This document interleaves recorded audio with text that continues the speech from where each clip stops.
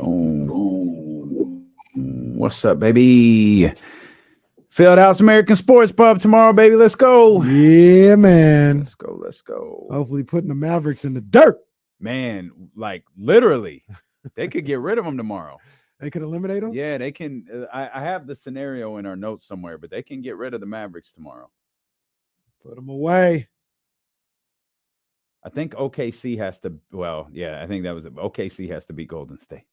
They have to beat Golden State tonight. There's like a lot that has to go on for the Mavericks to make it. Yeah, they have to go undefeated. I think. We'll talk about it.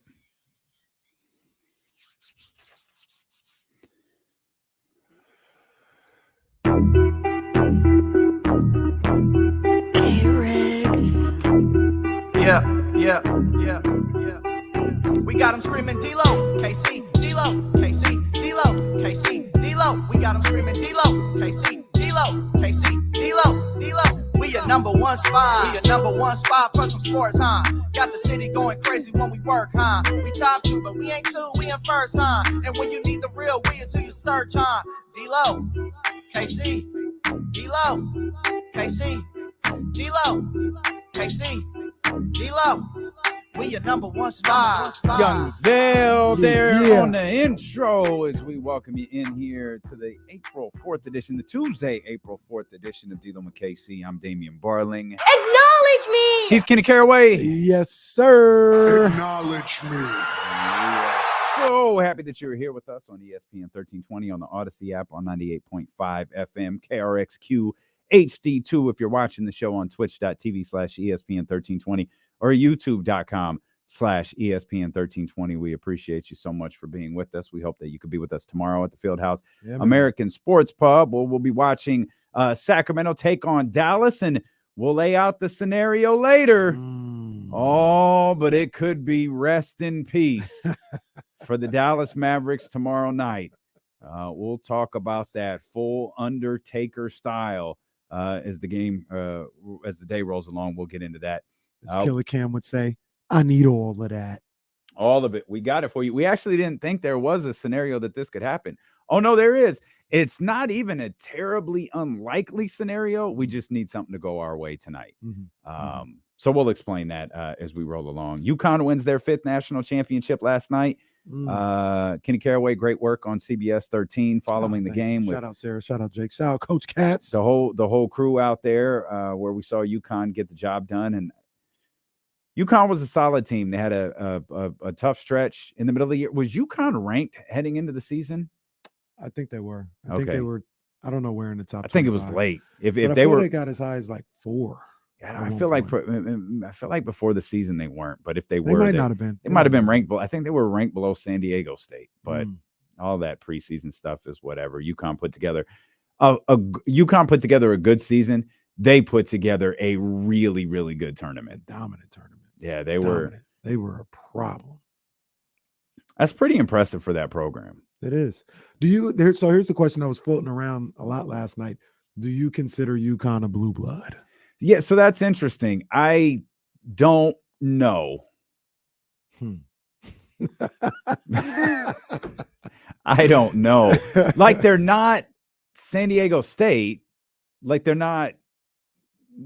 It's not. This isn't like a Cinderella story. So here's the deal, and we're around the same age, so I think you feel the same way for me. Championships. UConn is a blue blood. As long as I've been around and paid attention to college basketball, it's been one of the elite programs that comes out of one of the elite conferences. When you compare it, because I was talking to Coach Katz about this yesterday, he was like, man, you would never think UConn, because they showed the list of the people. It was like Kentucky, Kansas, Duke, I think maybe North Carolina, Indiana was in there, UConn. Like he was like, man, this is crazy to see. You would never think UConn would be in there. And I'm not giving his age or anything, but I'm like, well, Coach, you're from a different time than I am. I ain't never seen Indiana win. Yeah, right. You know what I mean? Yeah. I ain't never seen them win. Yeah. And they've barely been good for much of my life. Yeah. So UConn is more of a blue blood than Indiana. Sure. But like you talk about a guy like Coach Katz who's seen Indiana in their heyday. He's like, man, to see them in the same breath as Indiana and Kansas. And I was like, Coach, Indiana ain't never won. UConn has won a lot since I've been watching college basketball. I mean, Calhoun's got some titles. Yeah. And I think, didn't Kevin Ollie go to? Kevin Ollie did he win one? Yeah, he got one with Shabazz Napier. That's right. Yeah. That's right. My favorite Napier. I thought Shabazz was going to be as good as that Kimba. Dude. Yeah, for sure. I like Shabazz as a freshman because he was a freshman when Kimba won his. And Shabazz was a freshman starting next to him. And I was like, yo, Shabazz is going to be as good as Kimba when because I had this discussion with my man Allen all the time. He's like, nah, you're tripping. Kimba's way better. And then Shabazz, he was looking bleak. And then Shabazz in his senior year, ironically won the national championship and led his team all the way. Kevin Ollie was the coach. That in and of itself is kind of wild, isn't it? That's 3 coaches, 3 national titles in 15 years. Yeah, it's crazy. Calhoun, Kevin Ollie. I don't remember when separates them from the Dukes. From North Carolina, from Kentucky. Kentucky, it was Calipari, but they didn't win for a long time. Well, they don't change coaches. Like Hubert Davis, did he win? He won last year. Yeah. So he has. They lost. They lost to Kansas. Oh, that's right. Duke wasn't the right. the final. Okay. So that kind of changes UConn a little bit, but it is. Yeah. But I mean, they have what we always talk about in college sports is like, you think UConn, you think Jim Calhoun. Mm-hmm. You know, he's right now the iconic guy. I think Dan Hurley has an opportunity to have that type of staying power at UConn, but Calhoun, the one who built it up and won 3 of those 5 national championships. That's UConn basketball. Not the nicest guy in the world either. Get some facts and then get back to me. Yeah, not the nicest you seen gentleman. That clip where he yells at the reporter? You seen that one? Yeah. Oh, absolutely. What a jerk. Absolutely. What a jerk. Yeah, man. That dude yelled at everybody. Just for no reason yelled at everybody. Did you see the I think it was him. I think it was the Ray Allen game. Ray Allen, Allen Iverson, Big East championship, where if you can pull this up, where Calhoun celebrates, he's like, "Yeah, let's go!" And then he sees John Thompson. He's like, "Sorry." Looks all sad. And I need to see that. Wait, Calhoun did that? Yeah, Calhoun. Yeah, let's go. Sorry, John. Oh, I gotta see this. Oh, come on, man. Calhoun, if you go to that game, celebrate. I think it's at the end of the highlights of that game. Calhoun does that. If I was John Thompson, I'd get out of my face. Get out of my face. Yeah, I'll have to look that up. Yeah, that'll be during the break. I have to look that one. I was listening to ESPN 1320 on the way to CBS 13 studios. Indeed, and they were talking about. I think I have this correct. Yeah, this maps out 4th title in Texas for UConn. They are 8-0 when the Final Four is in Texas. 4 of their 5 have been in Texas. I think 3 in Houston, 1 in San Antonio. Okay. The only one that wasn't there was one of my favorite games of all time. The 99 national championship game between Duke and UConn, Rip Hamilton, Ricky Moore, Khalid El-Amin, going up against Trajan Langdon. Langdon. I think it was Elton Brand, not Carlos Boozer. It was Will Avery, and I believe Corey Maggette was on that team. And Duke was some names right there. Duke was a powerhouse with those guys. And UConn was really good, but it was like, I don't think you're going to be able to beat Duke. And Rip Hamilton with a phenomenal game. Ricky Moore debuted the flight posits in that game as well. Yeah, that's why you really remember it, the shoe debut. Yeah, and that was one of my favorite. And that was in Tampa Bay. St. Petersburg was the name of that Final Four. Okay, but that goes into like something that people talk about because the discussion: will women's basketball ever be as big as men's basketball, college basketball? And a lot of people were like, I think it has more to do like this year with the field, for the men's Final Four. And I think we kind of talked about this before. I think the players not being there combined with the coaches, like the coaches that we all grew up with and loved, are leaving. They're going one by one. And I don't care if you had North Carolina, Bill Self is still there, but North Carolina, Duke, Kansas in this Final Four. I don't think it would have been that big of a deal because we don't know the players or the coaches. I think that's all it boils down to at this point. I think if tournaments like this one become the norm, I think the tournament's always going to be fun. I'll be curious to see what that game did. I didn't even look to see what the Final Four did. What the Saturday semis did. Yeah. I didn't look. But I'll be curious to see what the numbers are. The game wasn't exactly what we said it would be yesterday, or what I said it would be yesterday. It wasn't far off. They made a run, which they got it to 5. The run happened late. So if like you were gonna hook people, like you could do it. Yeah. The game was really low scoring. I don't know that it had the hook. That's just what I'm stuck on. I don't know if that it had the hook. I don't think it did. I really don't think it did. It didn't have the players. Like it didn't have the players. That's what it boils down to. We didn't know. I knew some of them. I'm not gonna act like I knew all of them, but I knew some of them. But the general sports fan, they didn't know. You don't know the coaches either in this one. Like Dan Hurley's new. Yeah. Like he's not Calhoun. And Dan Hurley gets kind of saved because he's a Hurley. Yeah. If it was Dan Smith, you definitely wouldn't know who he was. He's a Hurley. I don't know why I love that. He got saved because he's a Hurley. Those Hurleys. So that puts an end to an interesting college basketball season. I'd argue a pretty entertaining tournament. We had one of the biggest upsets I think we've ever seen in history with the Purdue upset. Yeah. We had a lot of upsets throughout the tournament, which I think makes it it's fun. I'm just curious what that does for television ratings when you don't have those names, those coaches, those schools to gravitate towards. Men's college basketball is never going to go away because you have a lot of tradition to it. But it is at a kind of a crossroads point. They've been hurt, I think, more than anybody by conference realignment and kids not going to college, like and playing these best players. And I don't know how it's going to be moving forward for college basketball. I'm always going to love it because I love college basketball, but I might be in the minority. You know what I mean? Like I said, I'm watching the Big West. I'm watching the Big Sky. The kids' families might not even watch the Big Sky in the Big West. You know what I mean? And the general public, if we don't have somebody that we can attach our name to that we've known for at least a year leading into this, I don't know what that means moving forward. Well, I know that the Sacramento Kings play tonight.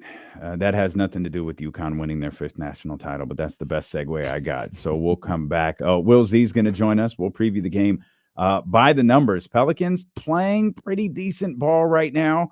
I did take a look at their recent schedule. You play the games that are on your schedule. That's all you can do. Context is important, though. So we'll look at that, and then we'll look back at the last 2 games that the Kings and the Pelicans played. So Will Z joins us when we return. We are just getting started. It's Thilo and Casey, brought to you by Sky River Casino. Get in on the action. Sky River Casino is the place to play with over 2,000 of the newest slot machines and over 80 table games. Sky's the limit if you're 21 and over at Sky River Casino. We're back with Will Z here on Sacramento Sports Leader ESPN 1320. I tagged you in the video. It's at go to the 219 moment. Okay. Stupid cow. I'm excited to see this. William. What's up, guys? What's up, man? Not too much. How about yourselves? Good, man. Not much, man. There we go. There we go. Looking forward to tomorrow. It's going to be fun. Oh, man, we're excited you're coming. Yeah. one of the many stars we've heard that are coming out to this event. I've heard I don't know. this is a star-studded event here. I had more confirmation just a little while ago. Yeah, Yeah, boy. One of our great salespeople said she's going to be in the building. Oh, Pulling up. Nice. oh, I think I know who that is. Yeah. I'm with it. I like it. I like it. Yeah, it's gonna be fun, man. Plus, if we can eliminate Dallas in the Oh, process, even better. that'd be so great. Oh, it'd be so great. So great. Because they certainly haven't said anything about ruling anyone out. So, though I don't think they play tonight. Do they? No, I don't think they do. They don't play, and the Clippers don't play.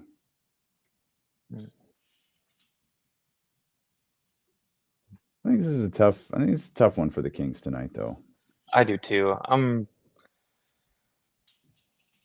nervous for sure, but it's a fun test because, like, See if Mike it's just Duncan- been leading into the last few games. Has been like, all right, let's just go play and watch. But there's like actual things at stake tonight, so it'll be fun. Yeah. Get your Statty Batty gear over at DeLoandKC.com. Actually, I'm gonna be honest with you. Don't do that yet. We're gonna launch a sale. I just haven't put it together yet. I was debating when to do it. I think maybe we could do it tomorrow, but we got a sale coming. We haven't done a sale for a while. We did a quick Will Z sale over the weekend, but I'll put together a sale. So just be on the lookout for it. There is some new D-Lo and Casey merch with the new Arch logo that you see right there on the screen. Will Z's got some really great. Did you design that yourself? My friend came up with the Z portion of it, Mhm. and then it was just kind of tinkering with everything around that. Had some help Really from. good. Came out really Yeah, good. thank you. Great stuff, man. It came out really good. I know Warren got his. Warren, stay supporting. Mhm. Shout out Warren. Delivery Joe too. Oh, Delivery Joe. There ain't nothing Delivery Joe don't own. Mhm. It's awesome. Delivery Joe, don't you have a lifetime code at this point? Do you just choose not to use it? You have to have that code by now.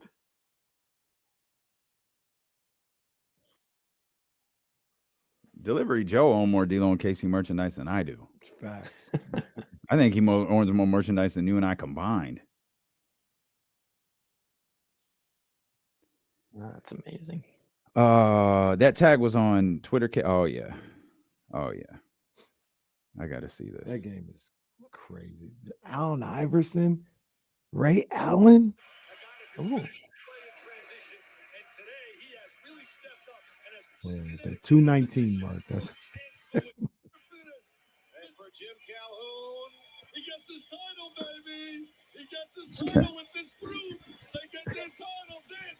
Dance.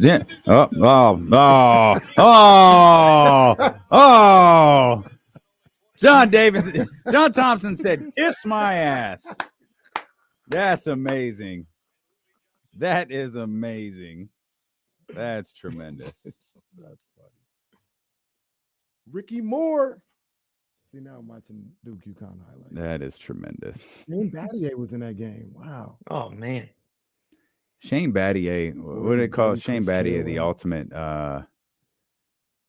stat nerd player. I loved him. Like, oh man, he was the analytical dream. Hang on.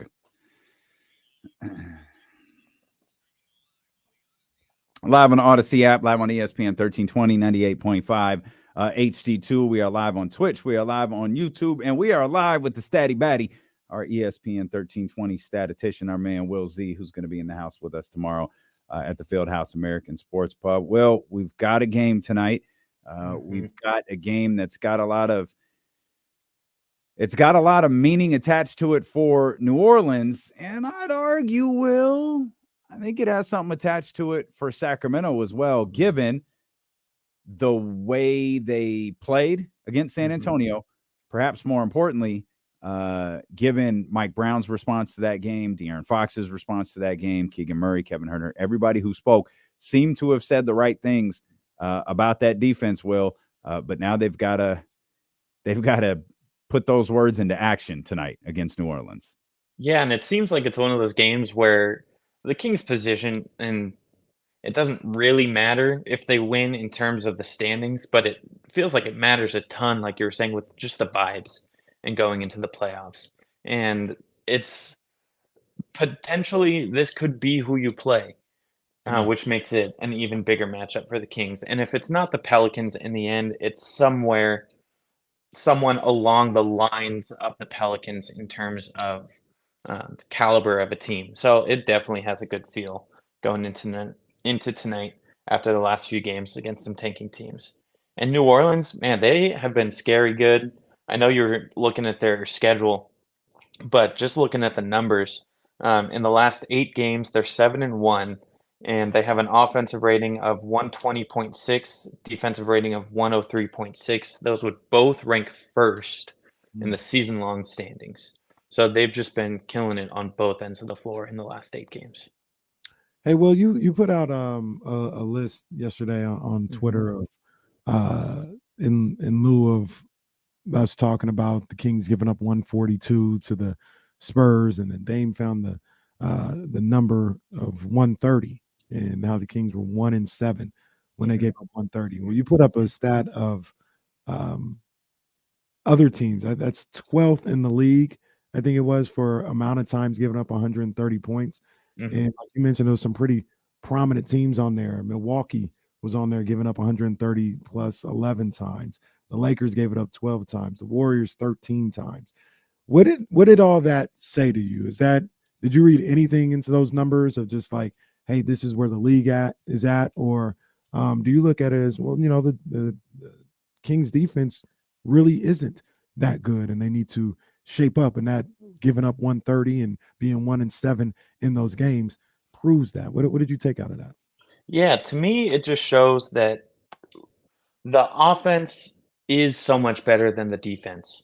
So, yes, they have not a good defense, but their defense isn't as bad as their offense is good, which falls in lines with everything that we've really been talking about. But I think it would be more of a problem if they were leading the league in 130-point games allowed.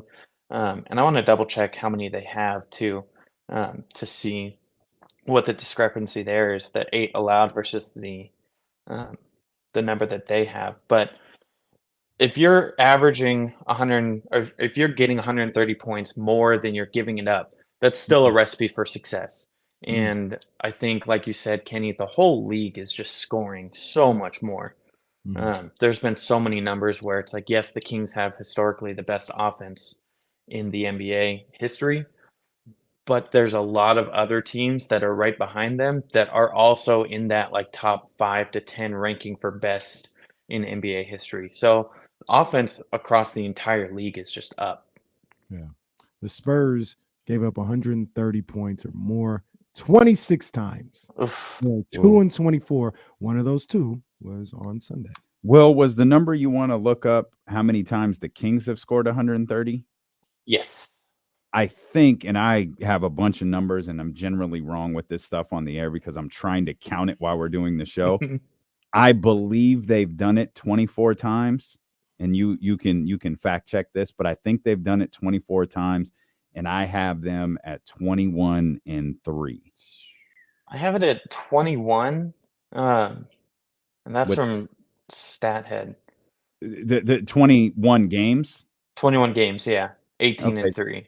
Okay, maybe that's right, because again, I'm trying to count this on the air. Maybe I counted total games and tried to figure out the number of losses and just counted the 3 losses and the total number of games instead of the total number of wins. The point is, it's a lot more wins than losses. Yeah. And if you look at that in the grand scheme of the entire NBA history, that's tied for 11th most in NBA history. So 11 teams have only scored 130 times, 130 points or more, 21 times or more, 11 times ever. So we see it with the offensive rating. We see it with stats like this. Like the Kings are just so legit on offense. What about the Pelicans, though? Mhm. You mentioned you mentioned the way that they're playing right now, and they are playing well, winning 7 of their last 10. What's working for them? Brandon Ingram is just on a heater. Mm. So in the 8 games, he's averaging 30.3 points, Mm, 6.3 rebounds, and this is the number that surprised me the most, 8.5 assists. So, and again, to finish off the stats for him, 53.2, 45, and 92.7% shooting splits. damn, He's hitting damn. from everywhere and throwing the passing. It's just they don't have that passing point guard that a lot of other teams will rely on. So for him to kind of pick up that slack and be that distributor off of his scoring, I don't know how you're supposed to stop that. Yeah. They're almost getting into what they got into last year to close out the season when Ingram just kind of took over. Zion was out, and Ingram they settled into that being Ingram's team and Ingram's offense. CJ McCollum came there at the trade deadline, and they were able to take off at the end of the regular season, catapult that into a couple playing wins and then a couple wins in that first round. The crazy thing about it is people keep talking about Zion coming back. I think he's a great ball player. He was a monster when he was in there healthy. But at this point, like I feel like that might end up doing more damage than good, trying to incorporate him back into that team and the way they're playing right now. Yeah. And Zion, he's not a low usage player. He's not going to work off the ball and catch and shoot. Like it's similar to how I feel about Towns and the Timberwolves. I'm almost less scared of them with Towns. That's kind of how I feel about the Pelicans too. I'm almost less scared if Zion does come back, just because it's a huge reworking to their whole system. But I mean, he's still so freaking good. Based on we've seen a little bit of both this season from the Pelicans in the 2 Kings Pelicans games. Do you think we see points tonight? You think we see a high number of points tonight from the New Orleans Pelicans? I think so. Especially just with how Ingram's playing, and then throw in CJ McCollum, and the rest of their shooters. I don't have the number right in front of me, but since the All-Star break, they're shooting like 39% from 3 as a team. So it's not just a few players that are scoring. So it's really kind of their whole team has picked up the offense. But I think also they have some areas that the Kings can take advantage of on offense. I know everyone is really worked up about the Kings' three-point shooting after last game against the Spurs. I don't think that's going to be a positive tonight. The Pelicans defend the three better than anyone in the league. Opponents shoot 33.8% against them, lowest mark in the NBA. And that's exactly what the Kings have shot in their first 2 games against them. But they do allow a high 2-point field goal percentage, which the Kings, again, historically, the best 2-point field goal percentage ever. So I'd like to see them get going inside and see what they can do in the interior instead of just trying to get that 3 ball to go. I want to ask you about that though. How do you feel about the 3 ball? And they, at least in the start of the game on Wednesday, they didn't shoot the ball very well at all from beyond the arc. Friday was kind of hit or miss. Sunday, I didn't think they shot the ball very well at all. Is it one of those things, which I think it is, it's just one of those lulls? And quite honestly, get that lull out the way and you're shooting and your 3-point shooting now before you get into the playoffs? Or is it a sign that they like you just mentioned, they do need to work the ball inside a little bit more and look to get the ball to Sabonis or get the ball in the paint, get paint touches and things of that nature before they start shooting these threes? I feel like it feels like a lull in terms of we haven't seen them have poor 3-point shooting nights in consecutive games very much. But it feels like their best shooting nights do come when they get that paint touch and kick out for the 3 compared to kind of keep it on the perimeter. And still, yes, they may get a wide open look from 3 with working the ball around the perimeter, but it just has that feel where they do better when they get into the paint.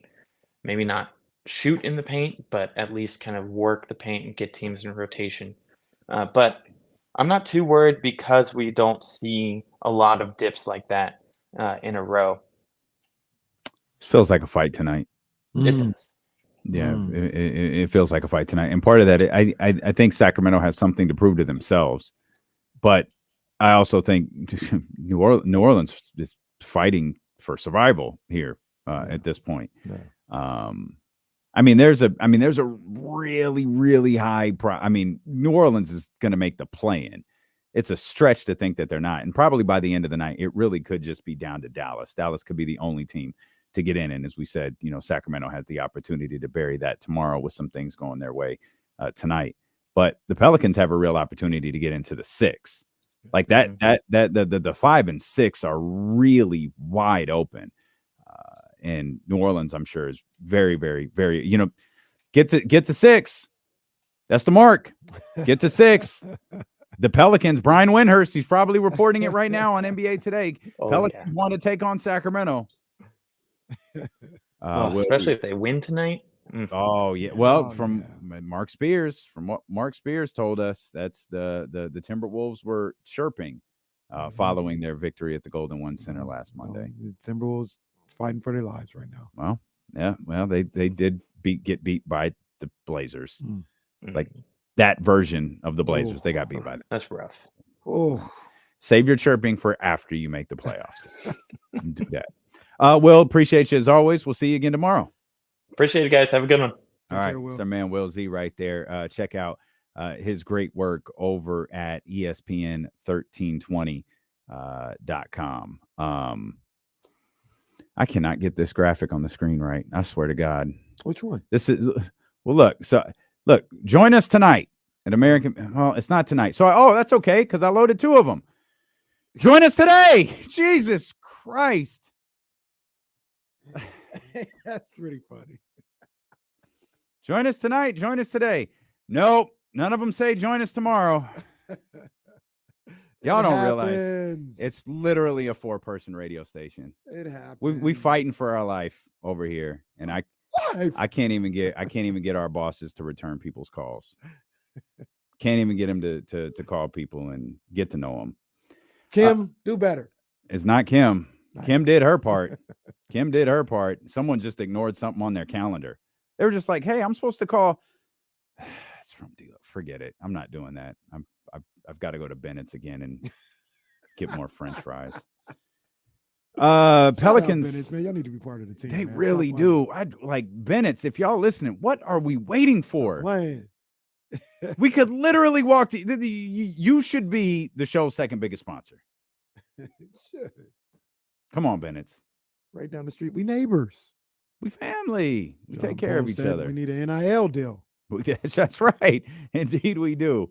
Indeed, we do. Pelicans scored 101 on March 2nd. De'Aaron Fox missed that game.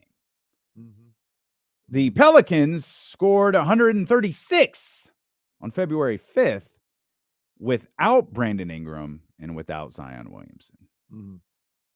Wait, 101 here in that was March 6th. Yeah. De'Aaron was out that game? De'Aaron was out. Davion Mitchell started that game. He was out with it's labeled as hamstring soreness. That's right. Davion Mitchell played 32 minutes in that one, had 15. Kevin Huerter had 25 in that game. So 19 and 11 from Domas. They've only seen De'Aaron. This will be the first time. De'Aaron didn't play the other time because the baby was being born. He did not play in February. That's correct. February 5th. Davion scored 10 in that one. People were ready. Oh, man. Kevin Huerter. It was on Davion's head after that weekend. Kevin Huerter scored 10 in that one. Domas scored 12. Harrison scored 7. Keegan scored 2. That game was abomination. That was bad. That game was not good. It was 136 to 134. That's the stretch where they had lost to the Pacers. They had started that lengthy road trip. They had won the first 2 games, and they lost to the Pacers, the Pelicans, and then had the Rockets twice to close it out. That's when Fox came back. Fox came back against the Rockets? Yeah. First game, he didn't do much. Second game, he hit the. He got that's fouled. right. In Houston. Yeah, Yeah, because he was in right. Yeah. It's all coming back.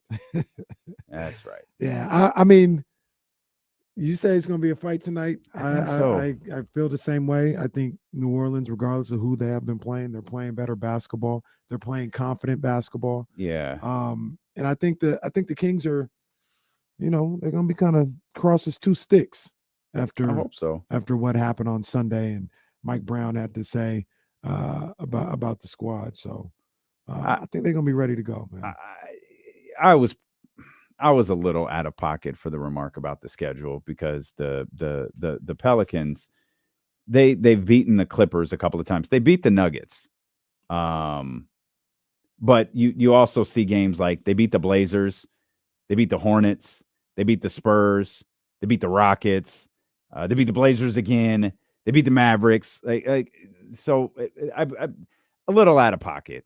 Like they've got quality wins in here, both against the Clippers. Those games are obviously incredibly important to playoff positioning if they can, if they can establish a couple of wins here to close out the season. And then, they beat the Nuggets. That's the top team in the conference, so you can't sneeze on that. Yeah, that's me. That was out of pocket. I apologize. I apologize to the New Orleans Pelicans. Well, they accept. Thank you. What would it sound like if the New Orleans Pelicans accepted my apology? D-Lo, we hear you over there, man. You got your facts wrong the first time, but you came back and you said what you had to say to get back into the good graces, and we appreciate that. Next time you're out here, Daddy, we're going to take you over here to Cafe Du Monde, and we're going to get some beignets like that boy Mark Jones did. I know he liked them things there, boy. And Chris Biederman grabbed one, too. Chris Biederman out there, he did that thing. We're going to go over to Frenchman Street. We're going to do that. Yep. We're going to get some of them drive-through daiquiris because, you can get some of them in any of the hoods out here. You can go uptown, downtown, Third Ward, Fifth Ward, Magnolia. It don't matter, Daddy. We can get them daiquiris, baby.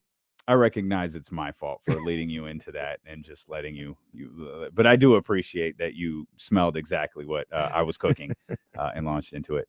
Zion Williamson's played 29 games this year. Damn. 29 games. I hope this changes in his career. I really do. He's averaging 26 points a game. 26, 7, and 4.5. I hope this changes, man. I hope this changes and he's gets to the point where he can play, the majority of a season. Because you hear people say this all the time, and I be disagreeing. They be like, "Luka's so much fun to watch." No, he's not. No, he's not fun to watch. No, he's absolutely. I disagree, not. But I think Zion Williamson is fun to watch. I enjoy watching him play, and I want to get to the point where we see him just play a regular season. Just play 65, 70 games in a season, get ready for the playoffs and see him on that stage, man. I enjoy seeing him out there, and I hope it changes. Do you think it changes though? Because it feels like he's been hurt all the time since Duke. I'm running out of reasons to believe it will. Like this, the sample size is adding up. Now we're in season 3, 4. This is 4. Yeah, this is 4. Oh, because he was hurt a lot of the first year. Okay. Played all the second year. Was hurt last year. Was hurt this year. Okay, well that kills my argument. And he was hurt at Duke. I was going to mention Joe and like, hey, Joel really, but that timeline doesn't work. But it doesn't feel like Joel ever started. And Zion stopped. already got the extension, right? Mm-hmm. Mm-hmm. It doesn't feel like Joel started and stopped. He just didn't play for like a year and a half. And once he started playing, he got shut down the third season, like 30 something games into the season. Okay. So he missed the first. So okay, the reason I always remember this is he misses the first 2. He plays the 30 something, and the question is Joe going to get Rookie of the Year at playing 30 something games? He doesn't. I believe Malcolm Brogdon got it. Joe thought because he didn't play enough games that he could just win Rookie of the Year his 4th year, which is one of my favorite. I think he tweeted it. I'll just win Rookie of the Year next year. So yeah, he got so 3 years into his career, he had played 30 something games. That's why I was like, well, there's something recent to hold on to if you're Zion, but it's not. And you're right, Zion's thing is very, very different in that he's had starts and stops. But man, the starts are amazing. They really are. I mean, what he was able to do to start this season and the way he propelled that team to, I know it was like 15 games or so. It was probably more than that. It was like 25 games of the season. They were number 1 seed, beating up on Phoenix and all this other stuff. Like it was electric. I ain't gonna lie to you. It was electric. And I wish it gets to the point where I don't want him to be number 1 seed or be any seed over the Kings, but gets to the point where he can play. He plays 82 games or something close to it. Yeah, and he can be the 4th seed, and the Kings can be the 1st seed. He's entering like the Grant Hill thing where I remember everyone celebrated Grant Hill finishing a season when he was with the Phoenix Suns. I feel like that's where we're trending towards with Zion is regardless of what happens, we're just going to celebrate him getting to the end of a season. Yeah. I don't know how you bring him back. Given the way that they're playing, I don't know how you try to get him back into the lineup before the play-in. I understand how good he is. Maybe he's playing and practicing and he's around the team and they're comfortable with him. I don't know how you do it, though. This is arguably the best basketball they're playing this year without Zion. Without Zion, yeah. Man, that feels tough. So, and I mean, I understand what you're saying. Even though I think I'd give it another year. No, I'm sorry. Oh, bring him back to I meant this I season. No, that is not what I meant. I meant for the play-in. I meant right now, bringing him back right now with the way that they're playing. How do you naive on my part, not a coach, not a general manager, but your guys are playing well. Yeah. Maybe that's what you stick with. I do. I agree with that. But you raised the question. Do you consider it moving on from him as a franchise? Period. I don't think so. I don't think so either. So. But look, I think you have a conversation. Like at the end of the conversation, an internal. I'm going to be an internal conversation. I think you have the conversation. At the end of the conversation, or at the start of it, I would be like, you have to really convince me that this is something we should do because I don't want to do it. But I think there is a discussion to be had. Because part of it is if you move on from Zion, you can get something back, and it just frees up the whole thing with Ingram, and you see how that works out, right? You've seen it for 2 end of seasons where when Ingram has the team and he's the focal point, Valanciunas is there at the center, they can get cooking. And now it's like, all right, well, if we move on from Zion, we can add to that. We can make that a better unit and a better team as opposed to just waiting for Zion to stay healthy. Once again, we'd have this conversation in the front office. I'd be like, nah, not this year, not this offseason. I hear what you're saying. I understand, but not this offseason. Let's give him 1 more year. But conversations need to be had. We'll talk a lot more about the Sacramento Kings and the New Orleans Pelicans. As a matter of fact, we want to take a look at the Western Conference and what's at stake tonight. The playoff push presented by Michelob Ultra is on the way. Plus, it's Trysta Tuesdays. Trysta Krick will be with us at the top of the 2 o'clock hour. The professor, Mr. WrestleMania himself, Jason Jones, will be with us in the final hour of the show as well. Phone lines open for you, 916-909-1320. Steelo and KC, presented by Sky River Casino here on Sacramento Sports Leader, ESPN 1320.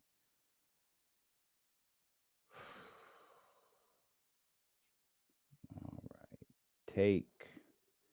Let's get rid of, let's see, what's this one say? 35 years ago today.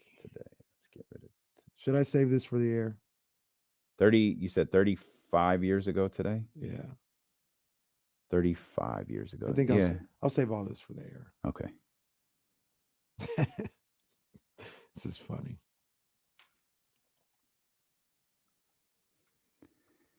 D'Lo, you see that Vince is in control of creative again. Jesus, no, I didn't see that. That's really unfortunate. That is really unfortunate, which explains why last night's show sucked. It was terrible. It was not good. I saw a clip. Was what's his name beating up Cody? Was that last night? Yeah. Brock? Yeah. I do like that they turned. There's a couple of things that I liked about it. I like that they turned Brock heel because I was thinking as recently as Sunday, babyface Brock doesn't work.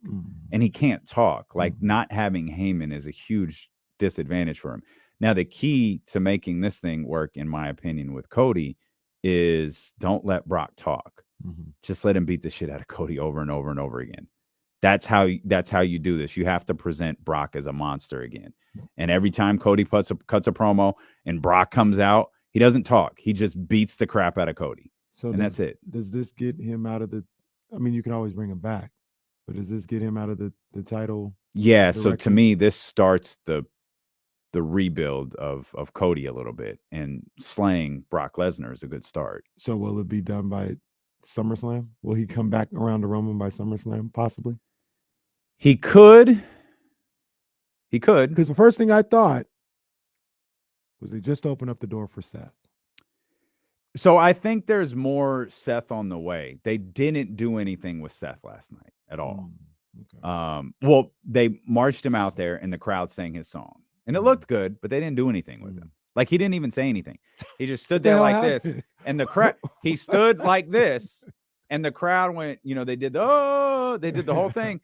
And then he left. What the hell? That was it. So,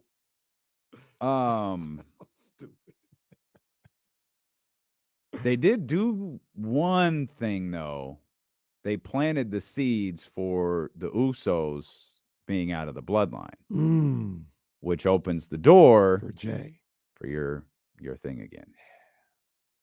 I kind of almost felt like that moment was missed a little bit. It was perfect with Sammy and all that other stuff. I don't know. I mean, maybe you could go back to it, but I think the tough thing about Jay with Sammy is he's turning on his brother. Like, you could say whatever you want to about Roman. He's turning on his brother. One thing I did see is unfortunate. Looked like Riddle came back. He did. Oh. That's just not a character that moves me whatsoever. Like, last night's show was not good. Last night, the Raw after WrestleMania is supposed to be fire, and it wasn't. The angle at the end was pretty hot, but I don't think it's what fans were looking for. But it could be really important to rebuilding Cody. I didn't like it. I mean, I like turning Brock. I like that. But the overall show, I did not like at all. The playoff push presented by Michelob Ultra.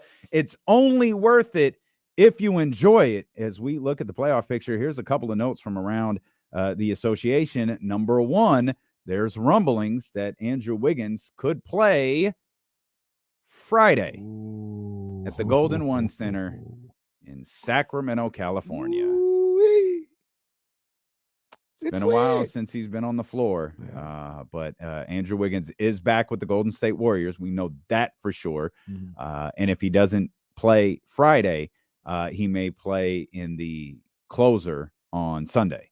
But they expect Andrew Wiggins to get some live game action in before the postseason gets here. And it sounds like they're targeting Friday, with Sunday being a potential worst case scenario. Good for him, man. Welcome back, Andrew Wiggins. A couple of games on the schedule to pay attention tonight. We kept mentioning there is a way for the Sacramento Kings to eliminate the Dallas Mavericks tomorrow with a victory. And it has nothing to do with what the Sacramento Kings do tonight. It has to do with what the Oklahoma City Thunder do tonight. If the Thunder are able to beat the Warriors and the Kings beat the Mavericks, it is bye-bye Luka and Kyrie. The Mavericks will be eliminated. The scenarios I believe that exist for the Dallas Mavericks are they have to go undefeated while the Thunder go 1-2, and I think the Timberwolves or the Pelicans have to go 0-3. I think it's really OKC that they can get, because I don't think they have the tiebreakers for anyone else. I don't think they have the tiebreakers for OKC either. They got to finish in front of them. because I thought it was 0-3 and undefeated, or you could be allowed 1 win and 1 loss on either side, but no, 1 loss and undefeated. But the point is, if the Thunder win tonight and the Kings win tomorrow, Dallas is cooked. Yeah. Get them. Get them. Obviously, the Kings and the Pelicans tonight have massive ramifications. The Lakers and the Jazz can be eliminated tonight, which just leaves Dallas as the 11th seed with an opportunity to get into the play-in if the Jazz are eliminated, because they're at 12. You mentioned Minnesota. They're in Brooklyn tonight. Oof. Well, Minnesota, they need to figure some things out. It's getting bleak out here. And there's a scenario where, let me take a look at the standings again, where I think the Lakers are currently in the 7th spot. There is a not too outrageous scenario where they're actually in the 5th spot tomorrow, because they got the Clippers tomorrow night. Yep. A lot of this is all riding on Oklahoma City. All of these scenarios we're throwing out there are riding on Oklahoma City beating the Golden State Warriors in San Francisco, by the way. But it's the Lakers and Clippers tomorrow in what's now a massive, massive basketball game. Huge game. This is a big game for the Warriors tonight too, with OKC. Yep, a team that is dangerous coming into their building. If you're the Warriors, you're a Warriors fan, you're part of Dub Nation, you probably got to be feeling like, yeah, we should beat OKC at home. It should be a tough game. Yeah, it should be an interesting game. And if the Warriors don't get that, they may be staring the play-in right in the face. they could be. Because they come to Sacramento on Friday, we might have something for them boys. Yeah, these records are just so close with the Pelicans, the Lakers, the Warriors, and the Clippers. I feel like Minnesota. I don't really feel like Minnesota can get back into this conversation. There's just not very much time for them to make it. 9-10. Yeah. I don't see them moving past that, but there could be a lot of movement in 5, 6, 7, and 8 starting tonight and into tomorrow night. This thing could look very, very different. We have less than a week left in the NBA season, and there's no Western Conference matchup that even has a semblance of being locked in. Like, you go to the East, 4-5 is pretty much locked in.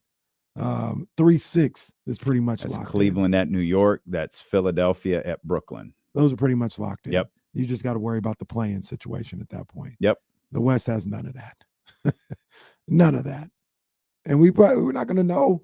I said at. It's not. It's Brooklyn at Philadelphia, New York at Cleveland. We're not going to know till probably Sunday. Yeah. No, I don't think. There's almost no situation where we can't not know until Sunday. That was a lot of negatives.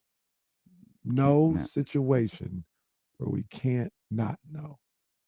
Can't not know. I don't know, dude. It's a long morning. It's a long. My baby morning. got shots today. Your baby you had a morning. I don't know what I'm complaining about. You had a night. You had a morning. Yeah. You had a day. My baby got shots today, though. That's always like, ah. Yeah, that's well. She just got her ear pierced, I so know.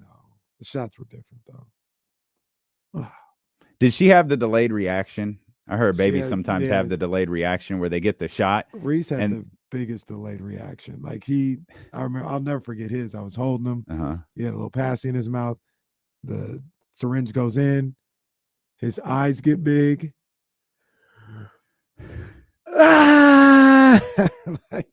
I'll never forget this one. She had the reaction, but she did the thing where she goes, yeah, and then holds her breath for Oh forever man. before another sound comes out. And yeah, that was not okay. That's amazing. It's the playoff push presented by Michelob Ultra. It's only worth it if you enjoy it. Shout out to our partner here, Michelob Ultra, and shout out to Big Al, 916-909-1320.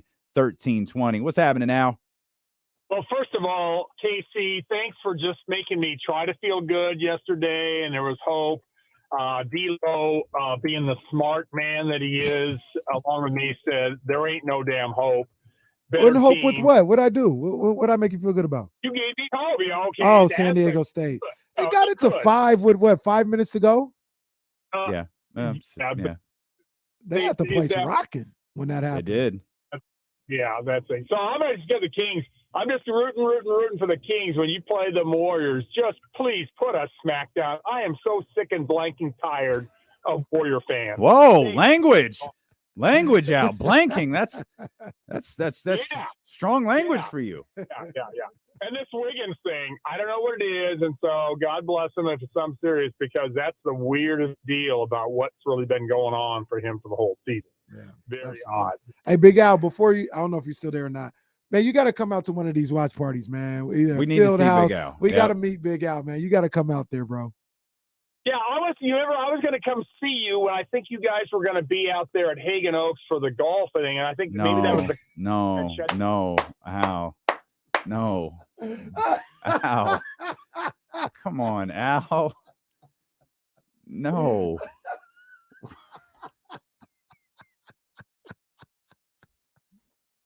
When have we ever? I think he's listening to the wrong station. Does he wrapped him up?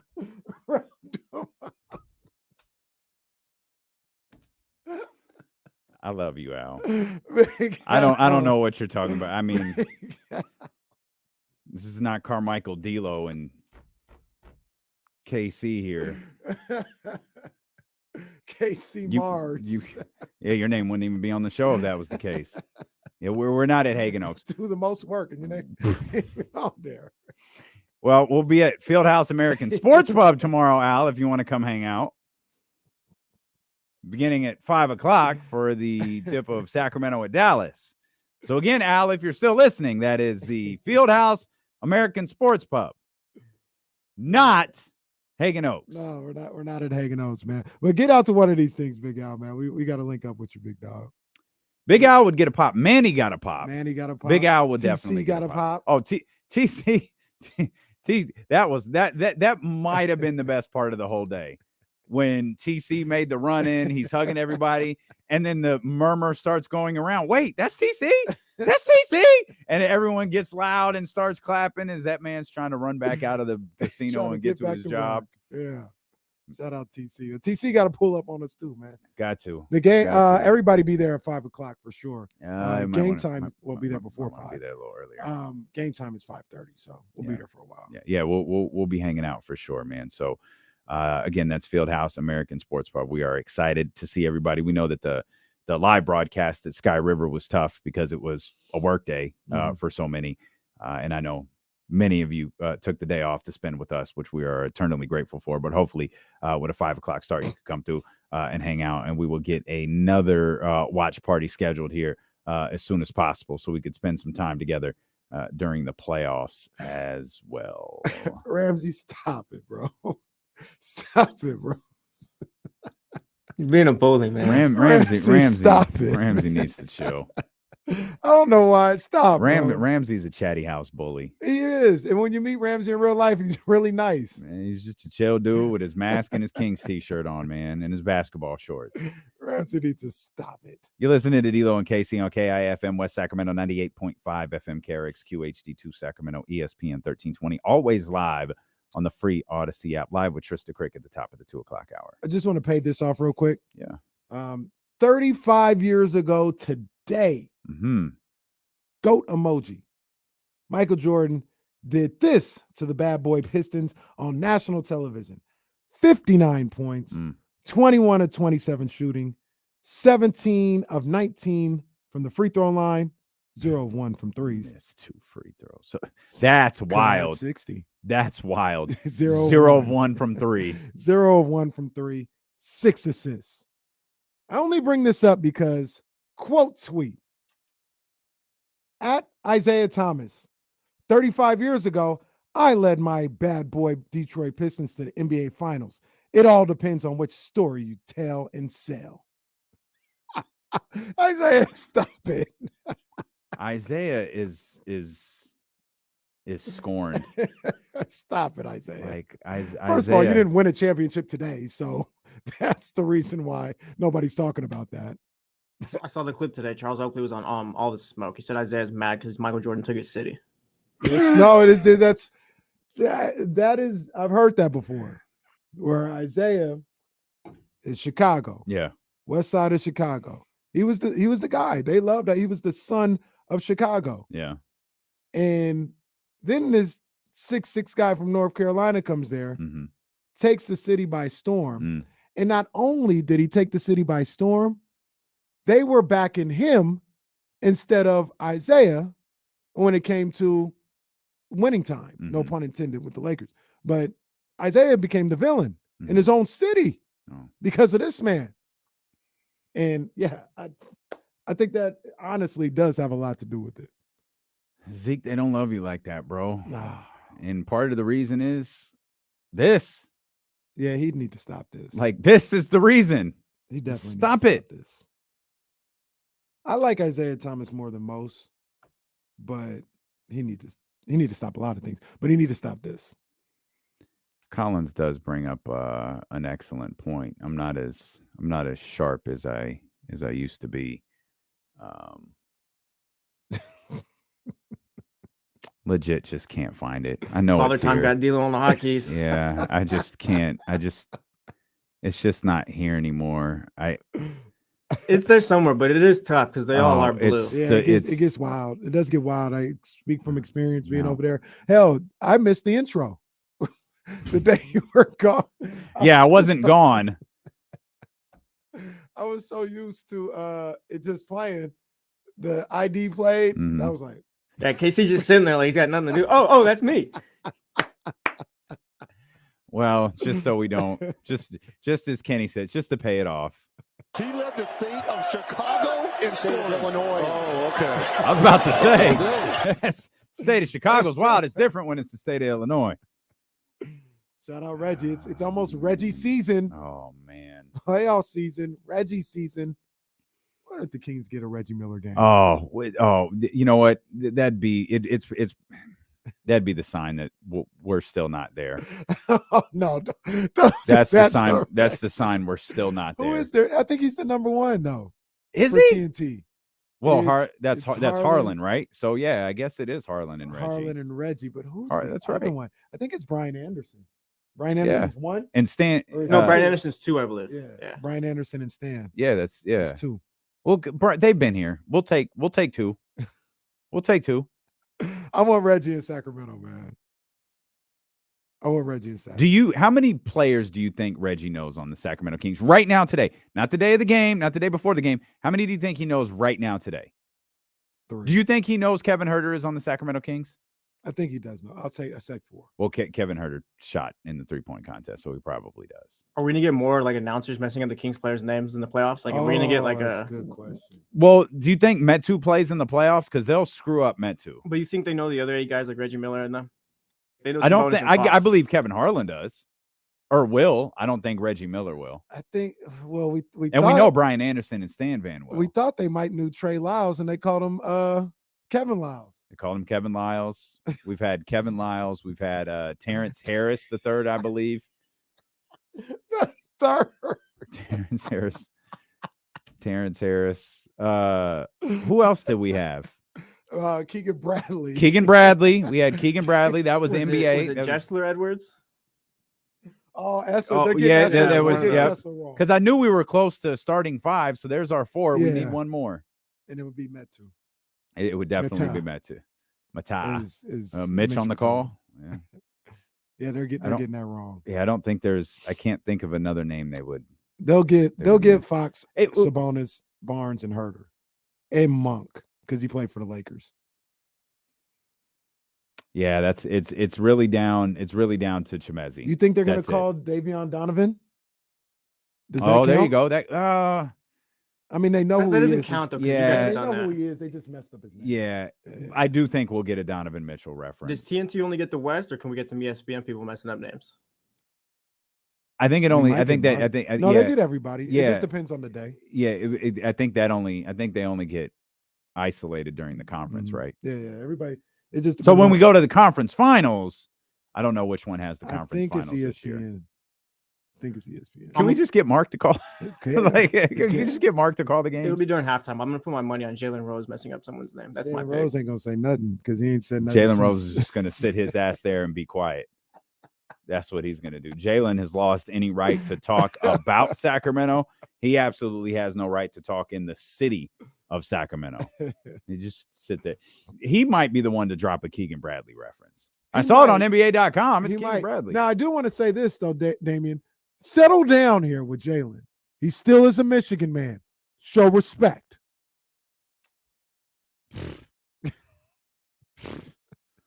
Jalen can come to the city. Now, he hasn't apologized. I'm going to talk to Jalen. And he's going to need to apologize. I'm like, Jalen, you need to apologize. You got to say sorry. You got to right your wrongs here. I'm going to talk to him. Let me talk to him. Get him before I kill him. Get him before I kill him. That's Damian.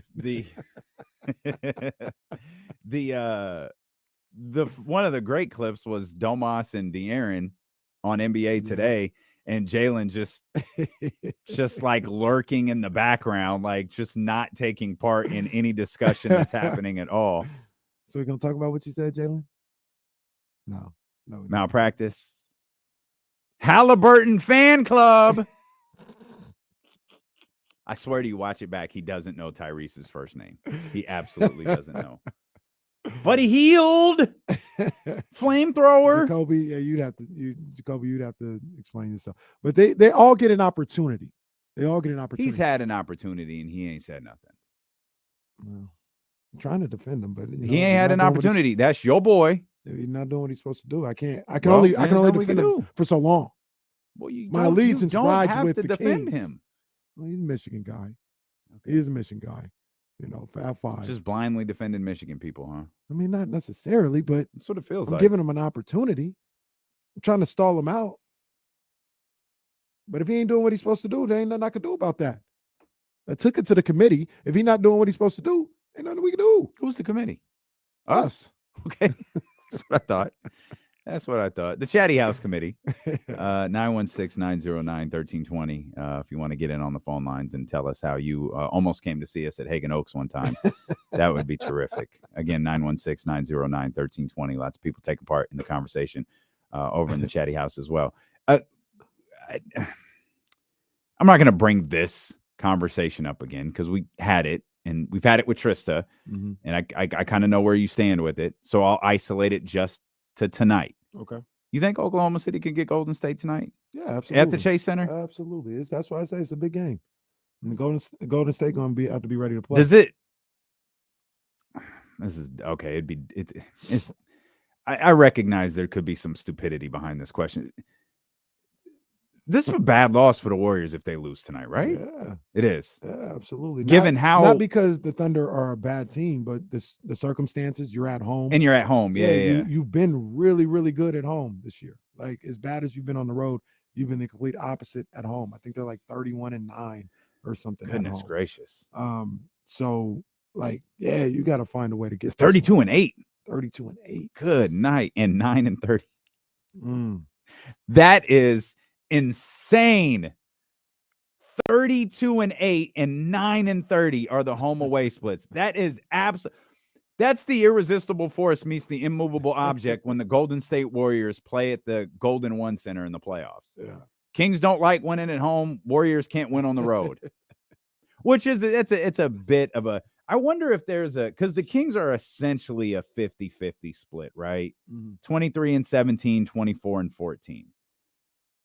There is, Denver's 33-7 and 19-19. The Kings still the only team in the Western Conference with a winning road record. So your boys. I only have one boys in the Western Conference. It's the Kings. You're right. Your boys, the New York Knicks. Oh yeah, those are my boys. Are 23-17 and 23-16. Brooklyn clinched the playoff spot the other day. They did. Yep. Brooklyn's right behind them. They're 22-16. As a matter of fact, I think that could happen tonight. Brooklyn is 22-16 and 21-19. That's their home and away split. Those are, I guess, the worst playoff splits for the top 12 playoff teams. Sacramento. Well, the Clippers are 21-18 and 20-20. But they're behind they're so far behind Sacramento. There's just, man, Denver's really, really good at home.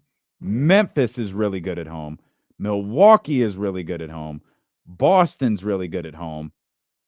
And then it kind of ends there. Yeah. Then it's just Golden State. Yeah, Golden State. Which is wild because all those teams are 1-2, 1-2, and then there's Golden State fighting to be sixth. 32-8 and 9-30 is absolutely wild. Like, for context, Detroit has 7 road wins. San Antonio has 7 road wins. They just picked up their 7th recently. They dug deep. They got to win on the road. Oh, man. Champagne. Charlotte's been eliminated. Champagne? Dude, I don't know. Mark kept saying the champagne is flowing. I don't know what that means. And he was like, yeah, but his name is Champagne. Yeah, his name, James kept saying his name, Scott Moak was changing the pronunciation of his name. That's tough. That's tough. Scott Moak, sometimes he gets them, as Shaq would say, them bitches. Ooh.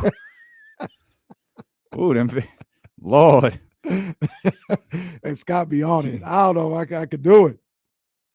I feel like we could get a shirt made with Kenny's Vitches on it or something.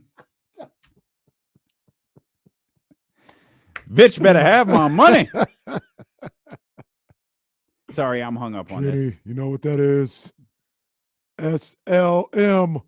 Shaq like move. This is the last one I'll mention. I promise. Charlotte's been eliminated for like a week. Oh, damn. They've got 13 road wins. Damn. Charlotte was out there breaking hearts for a minute. They were. Yeah, they like sure were. They sure were. Smacked up Dallas. Big ups to them. It's funny. Washington is slotted at 11th, and they're eliminated. Orlando slotted at 12th, and they still have hope.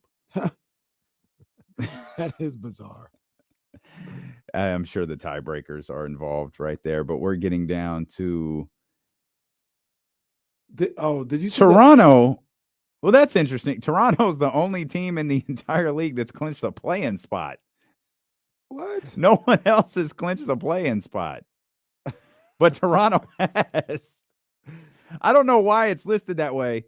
Well, I guess mathematically some of these other teams can move up. Brooklyn, and Miami can close out the 6th situation tonight if Miami loses, and I think it requires a Brooklyn win and a Miami loss because it's a 2-game separation. Oh, speaking of, I love the NBA playoffs, man. I cannot wait. I absolutely cannot wait. Ironically, the first round in the East is going to be kind of once we get there. The Western Conference is going to be crazy, absolutely crazy. But did you see the exact thing on the Atlanta thing I was talking about? Hollinger kind of broke it down. So no, I did. Oh, the stat about I didn't see it. So the Hawks are now 39-39. Uh-huh. They have scored 9,209 points. They've allowed 9,210 points. They have a differential of 0.0. They are 24-24 against the East, 15-15 against the West. They have been within 1 game of 500 for 72 consecutive days. That's amazing. That is the most average season of all time. Well, the regular season's boring. There's that. I don't know. There is that. I saw that. I said, this is crazy. Go for Chicago. Chicago's going to make the play-in. Yeah.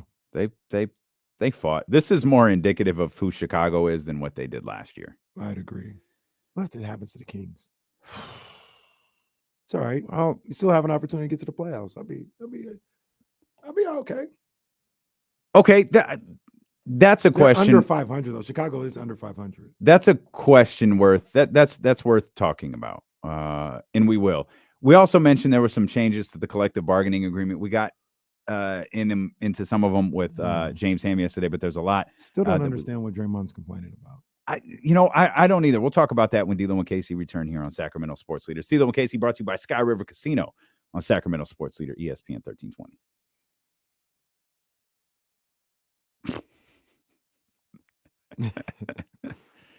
It's a weird day. That 3-on-3 they play in college and in the Olympics, that's pretty tiring. I don't like that 3-on-3. After a bucket's made, let me stop and walk to the top of the key. I don't need to keep running. Nah, they go. That's crazy. Yeah. So they went tonight. They would have automatically got top 4 or something, right? But yeah. More. Yeah. That's crazy.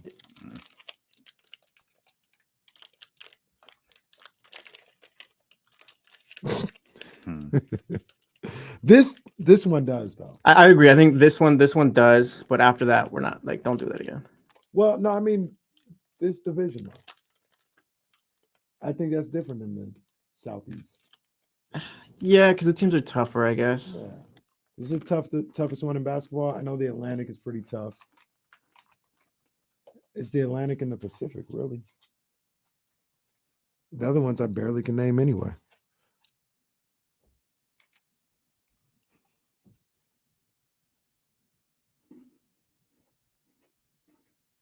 Did you see Kevin Herter on Instagram? Where he had like I don't know, I think it was like a rap lyric. It was hard to tell if it was like a paid spot or a commercial, but he was out there. Herter was in his bag with his little Porsche. I shouldn't say little Porsche, but he was in his bag like, "It's how I'm living." Yeah. He didn't say those words, but that's the vibes it gave off. I was like, I see you, K. Is it a story or a static post? It's a static post, and it's just pictures, but it's like 3 of them. But he has a caption, and he's like, yeah.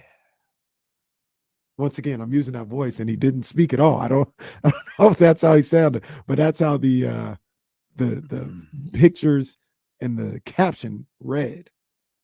It's like, yeah. Getting to another level in my life, and when you're on another level, it is an ad. You get to another level. There's no words attached to this at all. Wait, there did see words.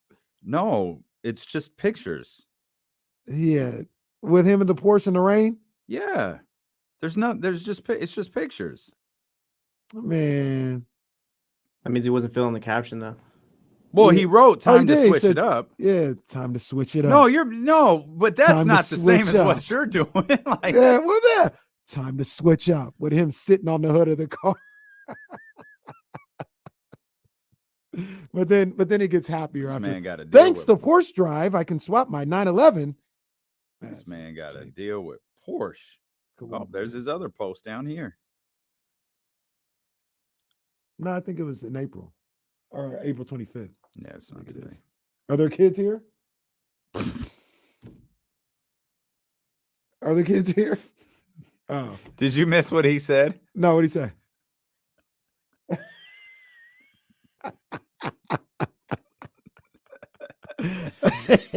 Bring your kids to work day.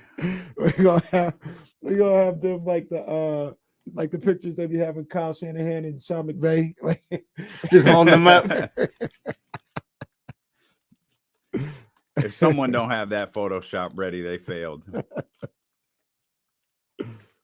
Come on out here with that Porsche still. I see you studying on the boy.